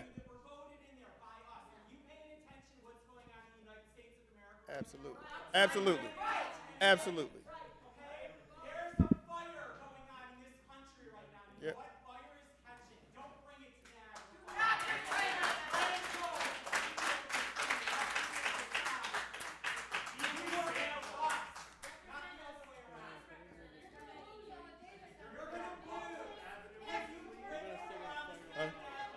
Ladies and gentlemen, Hold up. Hold up. if in order for us to vote, everybody has The to man- yeah, hold the man is on speaking. so that we can get to the vote. We want to hear him, but if we argue, we do. we'll never be able to hear what he's going. We need a vote. We need a vote. Okay, hold up. We need a vote. Can we let Councilmember Cawley finish his statement? Can we please do that? Everybody that signed up to speak had an opportunity to speak without interruption. Mostly, he is speaking. He is trying to respond to some questions and give a statement as to what he's trying to vote on. Can he get a minute? And thank you so much. And he said, good, bad, or indifferent. Good, bad, or indifferent. He said he'll talk to you after. So give us a second. We really would appreciate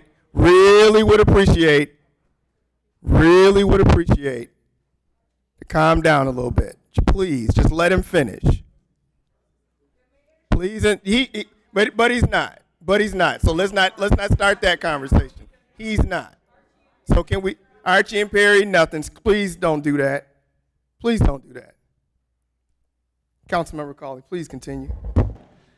The zoning, including having no competitors to build this data center on the land. I hear you. Number two, the rise in electric bill. Number one is the transparency. Number two is the rise in electric bills. Number three is what about the water? Number four, what about the loss of land? Number five, what about the noise? Number six, what about the wildlife? Number seven, what about the e-waste? We still have control of all of that. We do.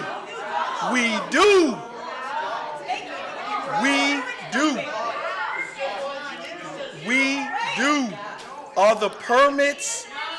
You know this is nothing but liars. We have, this is, you really want to, planning board, we are not giving up the farm. We're not. This will not be another love canal. This will not be another good year. Just vote.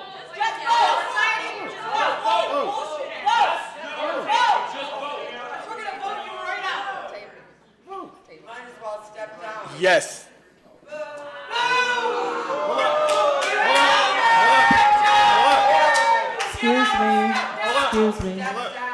Excuse me, council member, Councilmember Miles. Councilmember Miles. All you done, step down. Councilmember Miles. This has been a tough one. Step down. From when I campaigned, I talked about how NFR had the whole east side held hostage. And I was so excited to see that the administration was taking the steps to try to get the land back.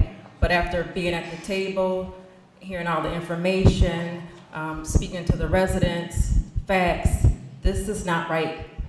Once we approve this here today, we don't have any control after that.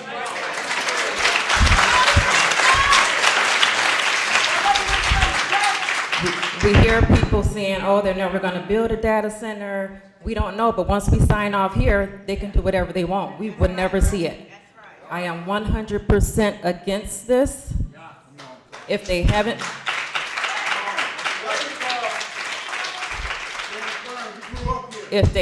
built in 30 years, let it go. Pay them what we owe them for the fees and just move on, build around them. It's too much going on as far as basic services, the trash, potholes. We have to clean our household up first.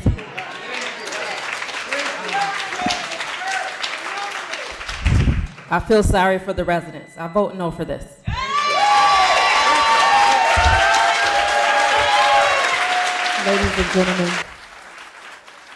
Ladies and gentlemen, hold on. We're not done. Hold on. Council Chairperson Perry. No, I'm not the chairperson anymore, that's Brian. You're not. You're Perry. Councilmember Perry. That's you. You're council chairperson. I am. You are. I agree with Mr. Colley, Councilman Colley. This is a matter, this is not giving away anything. If you read the agreement, we've met for over 2 weeks with discussions with this. I've talked to people from NICOM, at Bolton Landings, we've had discussions. There will not be giving up any permit. We won't be giving up anything. We're just changing the PUD. Now, you know, and anybody who's been here knows that NFR really stands for not for real. So, you know, we're never going to see a digital center. But anyways, that's the side. But I'm voting yes. I'm sorry. I need to hear. I'm voting yes. Thank you.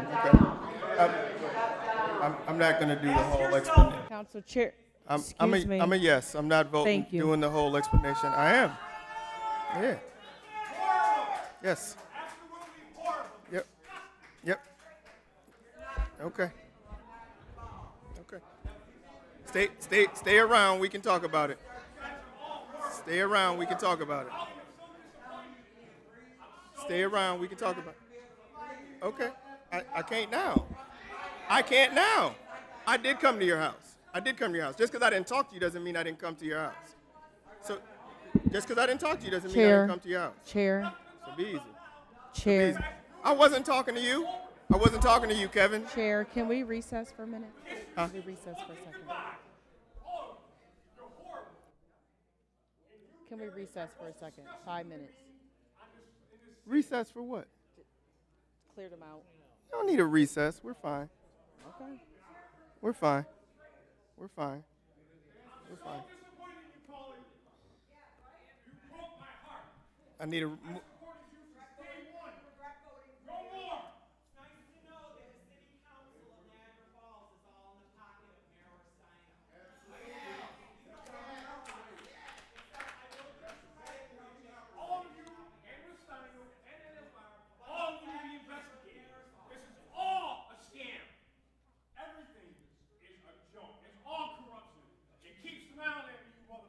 Kevin, don't do it.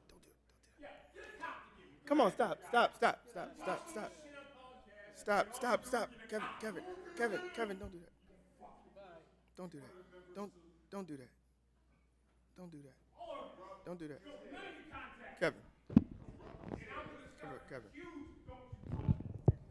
Kevin, come on, man. Don't do that. Don't.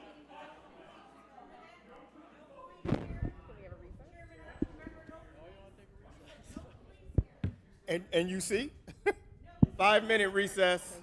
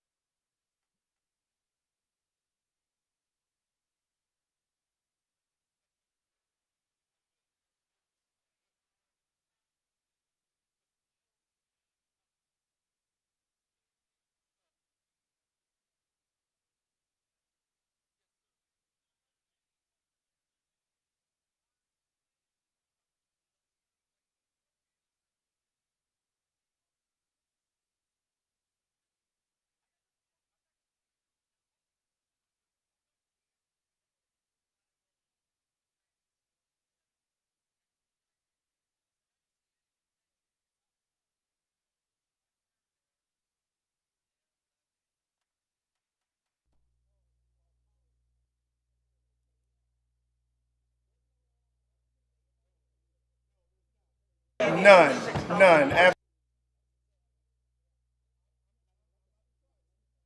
Can we, okay, folks, we want to get back. Whoa.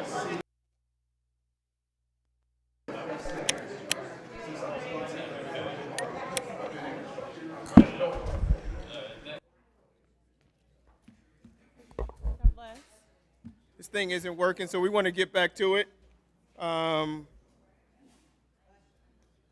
Final motion was adopted, and we're moving on to item number 9. I'm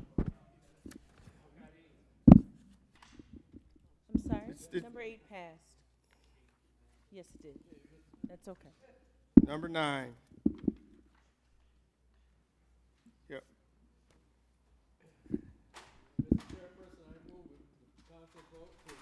Resolution 2630 relative to amending Resolution 2624 appointing Commissioner of Deeds. Will not repeat the motion. Is there any information? Opposition? Will you please call the roll? Councilmember Cawley? Yes. Councilmember Miles? Yes. Councilmember Perry? Yes. Council Chairperson Archie? Yes. 4 yeas. Motion adopted. Item 10.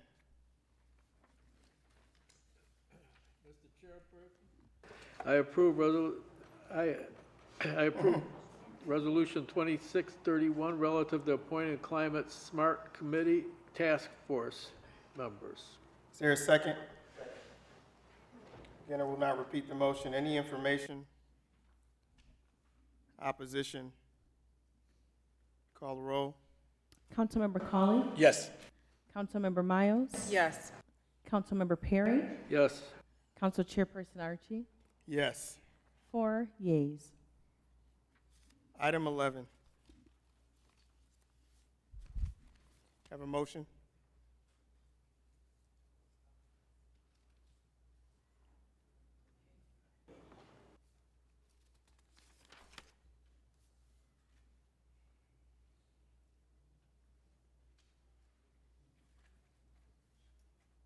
Hello?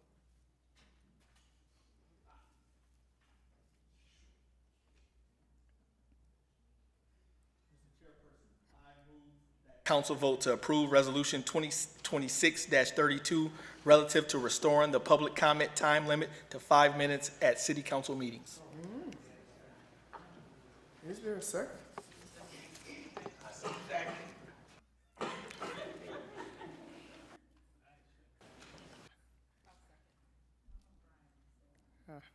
Thank you. Oh, you know I'm not going to. You know I'm not going to do that. This is woo-wee. Okay, I will not repeat the motion unless a member requests. Is there any information? Opposition? Mr. Chairperson, as you recall, 3 years ago, when we changed the resolution for the speakers, it was due to bring them in line with other organizations and other other places that allowed speaking. So ours is in line with everybody else, rather than go back to where we were and due to the repetition of some people coming up and saying the same things week after week, I object to this. So, call the roll. Like this is, you understand? So I'm gonna move. I'm gonna move to table, to table, until all council members are here to vote. Hey, I'm giving you a chance. Is there a second? Call the roll. I'm sorry, was there a second? Jim. Thank you. Okay, call the roll, sir? Yep. Okay. Councilmember Cawley? We need to get, taken away is just unacceptable in my opinion. Just keep the 5, so I vote no to table. Councilmember Miles? No table. Councilmember Perry? Yes. Council Chairperson Archie? Yes. 2 yeas, 2 nays. 2 nays. Okay, back to the regular vote. Councilmember Cawley. Yes. Councilmember Miles. Yes. Councilmember Perry. No. Council Chairperson Archie. Tried to give y'all a chance. No. 2 to 2. 2 yeas, 2 nays. Motion defeated, yeah. Item 12. Mr. Chairperson, I move the council vote approve Resolution 2633 relative to recognizing June as month of observance tied to themes of identity, liberation, mental health, and belonging. Is there a second? Will not repeat the motion unless requested. Is there any information or opposition? Please call the roll. Councilmember Cawley. Yes. Councilmember Miles. Yes. Councilmember Perry. Yes. Council Chairperson Archie. Yes. 4 yeas.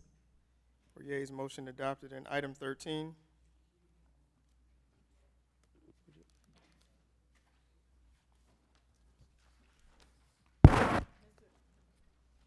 Chairperson, I move that council vote to approve Resolution 2026-34 relative to recognizing the 7th Annual Women of Color Summit. Is there a second? Not repeat the motion unless requested. Any information or opposition? Please call the roll. Councilmember Cawley. Yes. Councilmember Miles. Yes. Councilmember Perry. Yes. Council Chairperson Archie. Yes. 4 yeas. Motion adopted. That ends the legislative section of our meeting. We now have public speakers for good of the community. Call our first speaker, please. Our first speaker is Tanya Barone.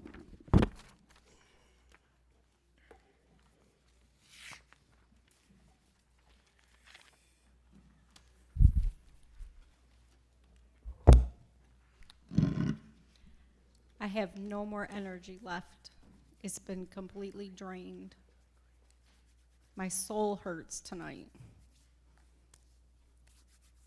I feel like Niagara Falls was just sold out to billionaires, and we are literally having like a warfare going on right now. Nobody even realizes what just happened.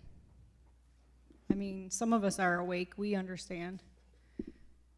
And I understand you guys want to try to stop the bleeding for the taxpayers of this lawsuit that could go on for years and years, and already has. We don't even know what that cost us so far.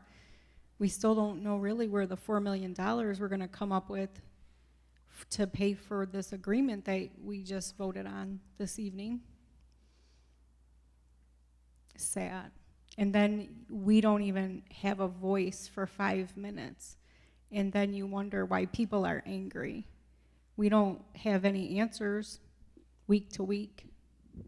I had a discussion with the mayor last week for about an hour here, which I felt really good about, because I asked him a lot of questions that I'd come to the podium and ask, and I asked him to be here, but he said he learned his lesson a long time ago. He would have to try to defend himself, and it would get ugly. But, you know, anyway, the dog shelter, the concrete is supposedly not right in there, because I did ask him why it's not open. He said there's problems over there, and that $20,000 stackable washer, the Speed Queen, doesn't fit in the opening. So it has to be sent back. And then I hear that Kenny Tompkins, even though he retired, they created a position for him as a consultant, and he has a company vehicle.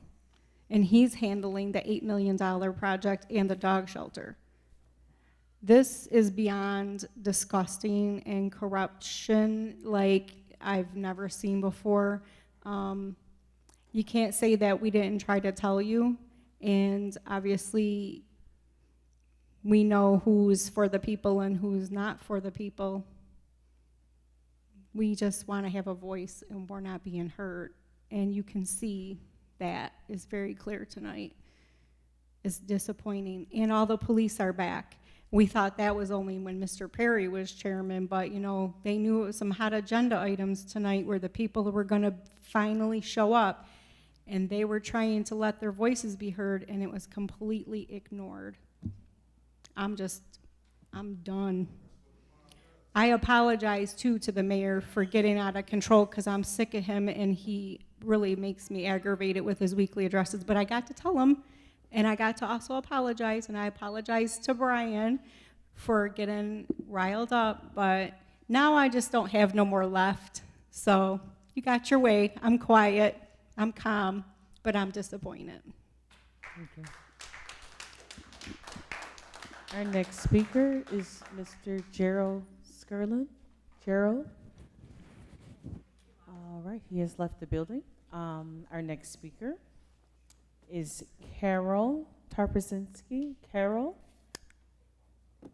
Is Carol here? Okay. Our next speaker is Cherish Bills. Cherish?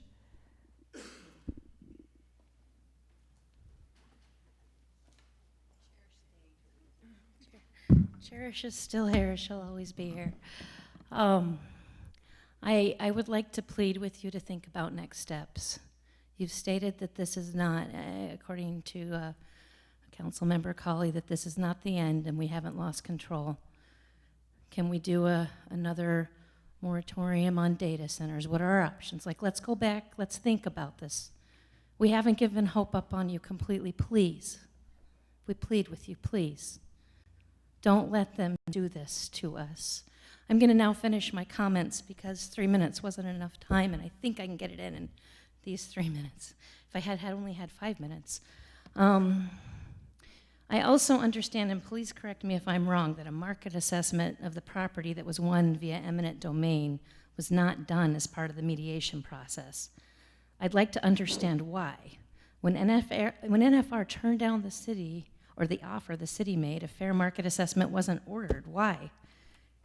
Why didn't we require a fair market assessment versus just bending over and saying you want a zoning variance and you want a PUD? What other options do we have now that we've won the eminent domain, which leads me back to the value of the property? I guess we don't have any other options, is apparently what I saw here tonight. Also, and it was a dismissal of the Article 78 case. I don't know what that was about, so maybe at some point you all can fill me in on that. This is kind of why I wanted this tabled, so we could have some of these questions answered. They say that if we don't learn from history, it's bound to repeat itself, so let's make sure we understand history. I'll do my best to review this in the minute and a half I have left. Since time immemorial, people lived with this land in harmony with it.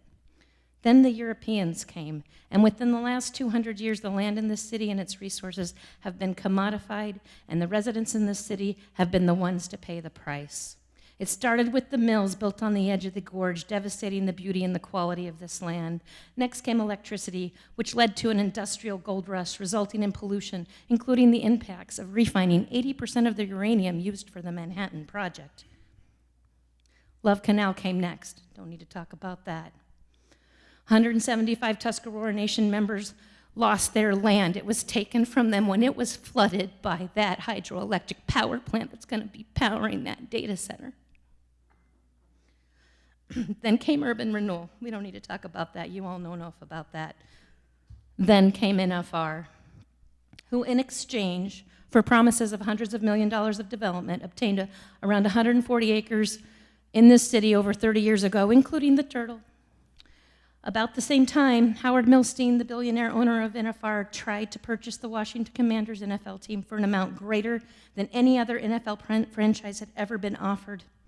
Despite that amount, the NFL owners voted against the purchase because they were concerned with how litigious Milstein was and the legal risk that came with him becoming an owner. Those NFL owners were very wise because, as many of you know, when the city tried to hold NFR accountable for not living up to their agreement, they learned that there was no enforcement included within the agreement they had signed, just like tonight. Ms. Bills. So I'm going to just finish. I literally have 2 more sentences. So here we sit facing another legal agreement with NFR that's being rushed by the public. We pleaded with you tonight to table it. That didn't happen. So now I plead with you. Can we also find an unbiased party to be the lead agency on the seeker, not the city? Let's get somebody else in that's going to be honest and true with that seeker one of our fail-safes, please. Let's also review other options of what we can do to protect ourselves. Thank you. Thank you.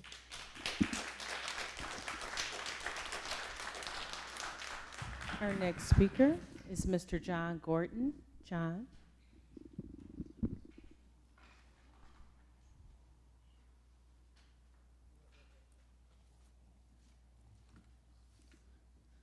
Good evening. With all the heavy stuff we hit today, perhaps what I'm bringing up may seem minor, but in the long run, it's not going to be. There's a fire hall that was going to be given that we were promised in January, and they've been jerking these people around for over 6 years, and I'm tired of it. And either I was lied to or there was a misunderstanding. Brother Archie, I tried to get a hold of you so we could talk this out before the meeting, but y'all know what I'm talking about. And we can tell by looking around at all the developments that we have from all the agencies and the big money people. Here's a little mom and pop operation that has taken great care of the land, has improved it, has demanded or asked nothing from the city, and is going to improve minds and improve lives with the children that they bring into this place. Come take a look at it. On the 12th, I got some flyers here. I'm sorry, on the 13th from 11 to 2, they're doing a hot dog fundraiser.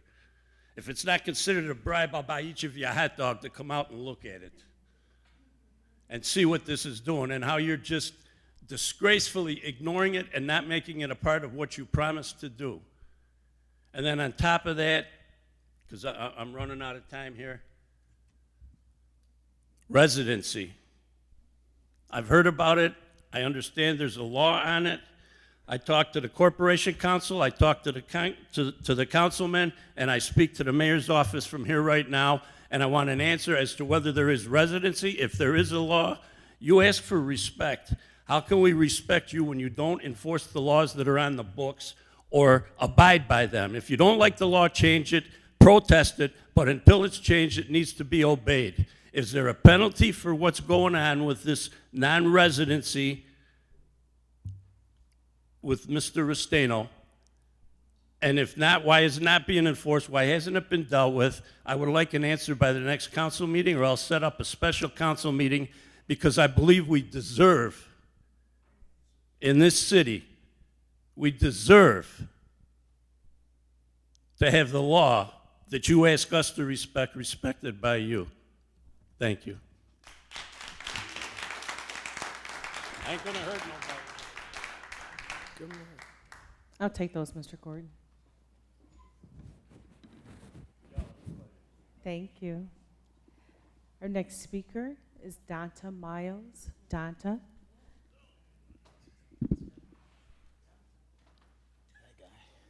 Is it Donta? Dante. How come? I know. Forever. Mr. Miles, I do apologize. Hold on, before the time, I've gotten that my whole life, so it's all good. Okay, I apologize. All right. So, unlike Tanya Barone, Miss Barone, I'm not worn out. And just so you know, and I'm just going to set the record straight today, I'm really just starting. I've had a good 5 to 6 months just to really relax. We all thought I was up here doing something for the last few months. I really haven't. I've actually been nice. The disappointment, you only have one time to disappoint me. One time. Once you disappoint me, then my expectations, I set them accordingly. So if you're up there and you're acting like garbage, that's who you are to me, right? So, you just passed something tonight that a hefty portion of the community actually expressed their disdain for a lot of different reasons, for justifiable reasons. And without tabling, without voting no, you know, I'm just trying to, it's baffling, and I'm usually not really like bad with words or like kind of at a loss of words. So I'm kind of at a loss of words, but I'm not drained. I don't want you to ever get that like confused. What's going to have to happen is there's going to have to be a level of order that's going to have to take place. So I'm going to get off of you guys right now, and I'm going to make a statement because there's someone who isn't here, but they're always on their weekly joke of a podcast or YouTube station talking about specific individuals that come to this podium, and some of you up there, or maybe a couple of you. Here's what I'm gonna say to our absent mayor. I challenge you from this podium this day to stop being a punk, and I want you to show up and say what you say on your weekly address to our face. Say it to me personally. If you have something to say regarding anything that I say at this podium, be a man. Don't be the little Wizard of Oz behind the curtain talking all of your trash and then, go hide in your office. Because at the end of the day, you work for us. Or at least you're supposed to. But again, your term is up next year. We'll allow the people to make that decision whether you work for us or not.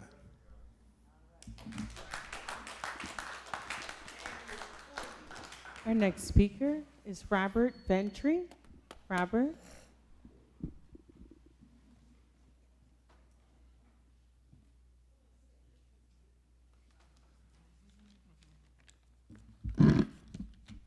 Hello.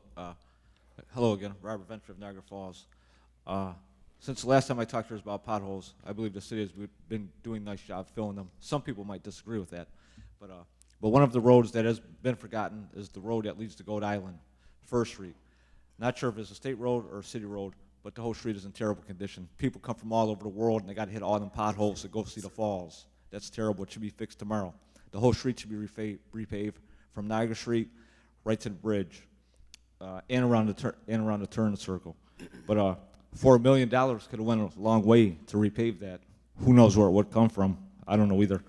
Anyway, I read the city is going to be sending out foreclosure notices. I hope there could be some type of payment plan for the people so people don't get thrown out of their houses. Also, a lot of the houses that are sitting there, they've been vacant for years because the city couldn't take them because they weren't allowed to have auctions because the state wouldn't allow them. So I hope if the city can take them sooner, they need to be torn down. A lot of them have been eyesores in the city for years, since at least 2019. Action needs to be taken on them. They don't need to go off for resale or auction off. They need to be torn down. Thank you. And our last speaker for this evening is Marcy McVie. Marcy. Okay, and so Robert was our last speaker for the evening. All right. Thank you. Meeting adjourned.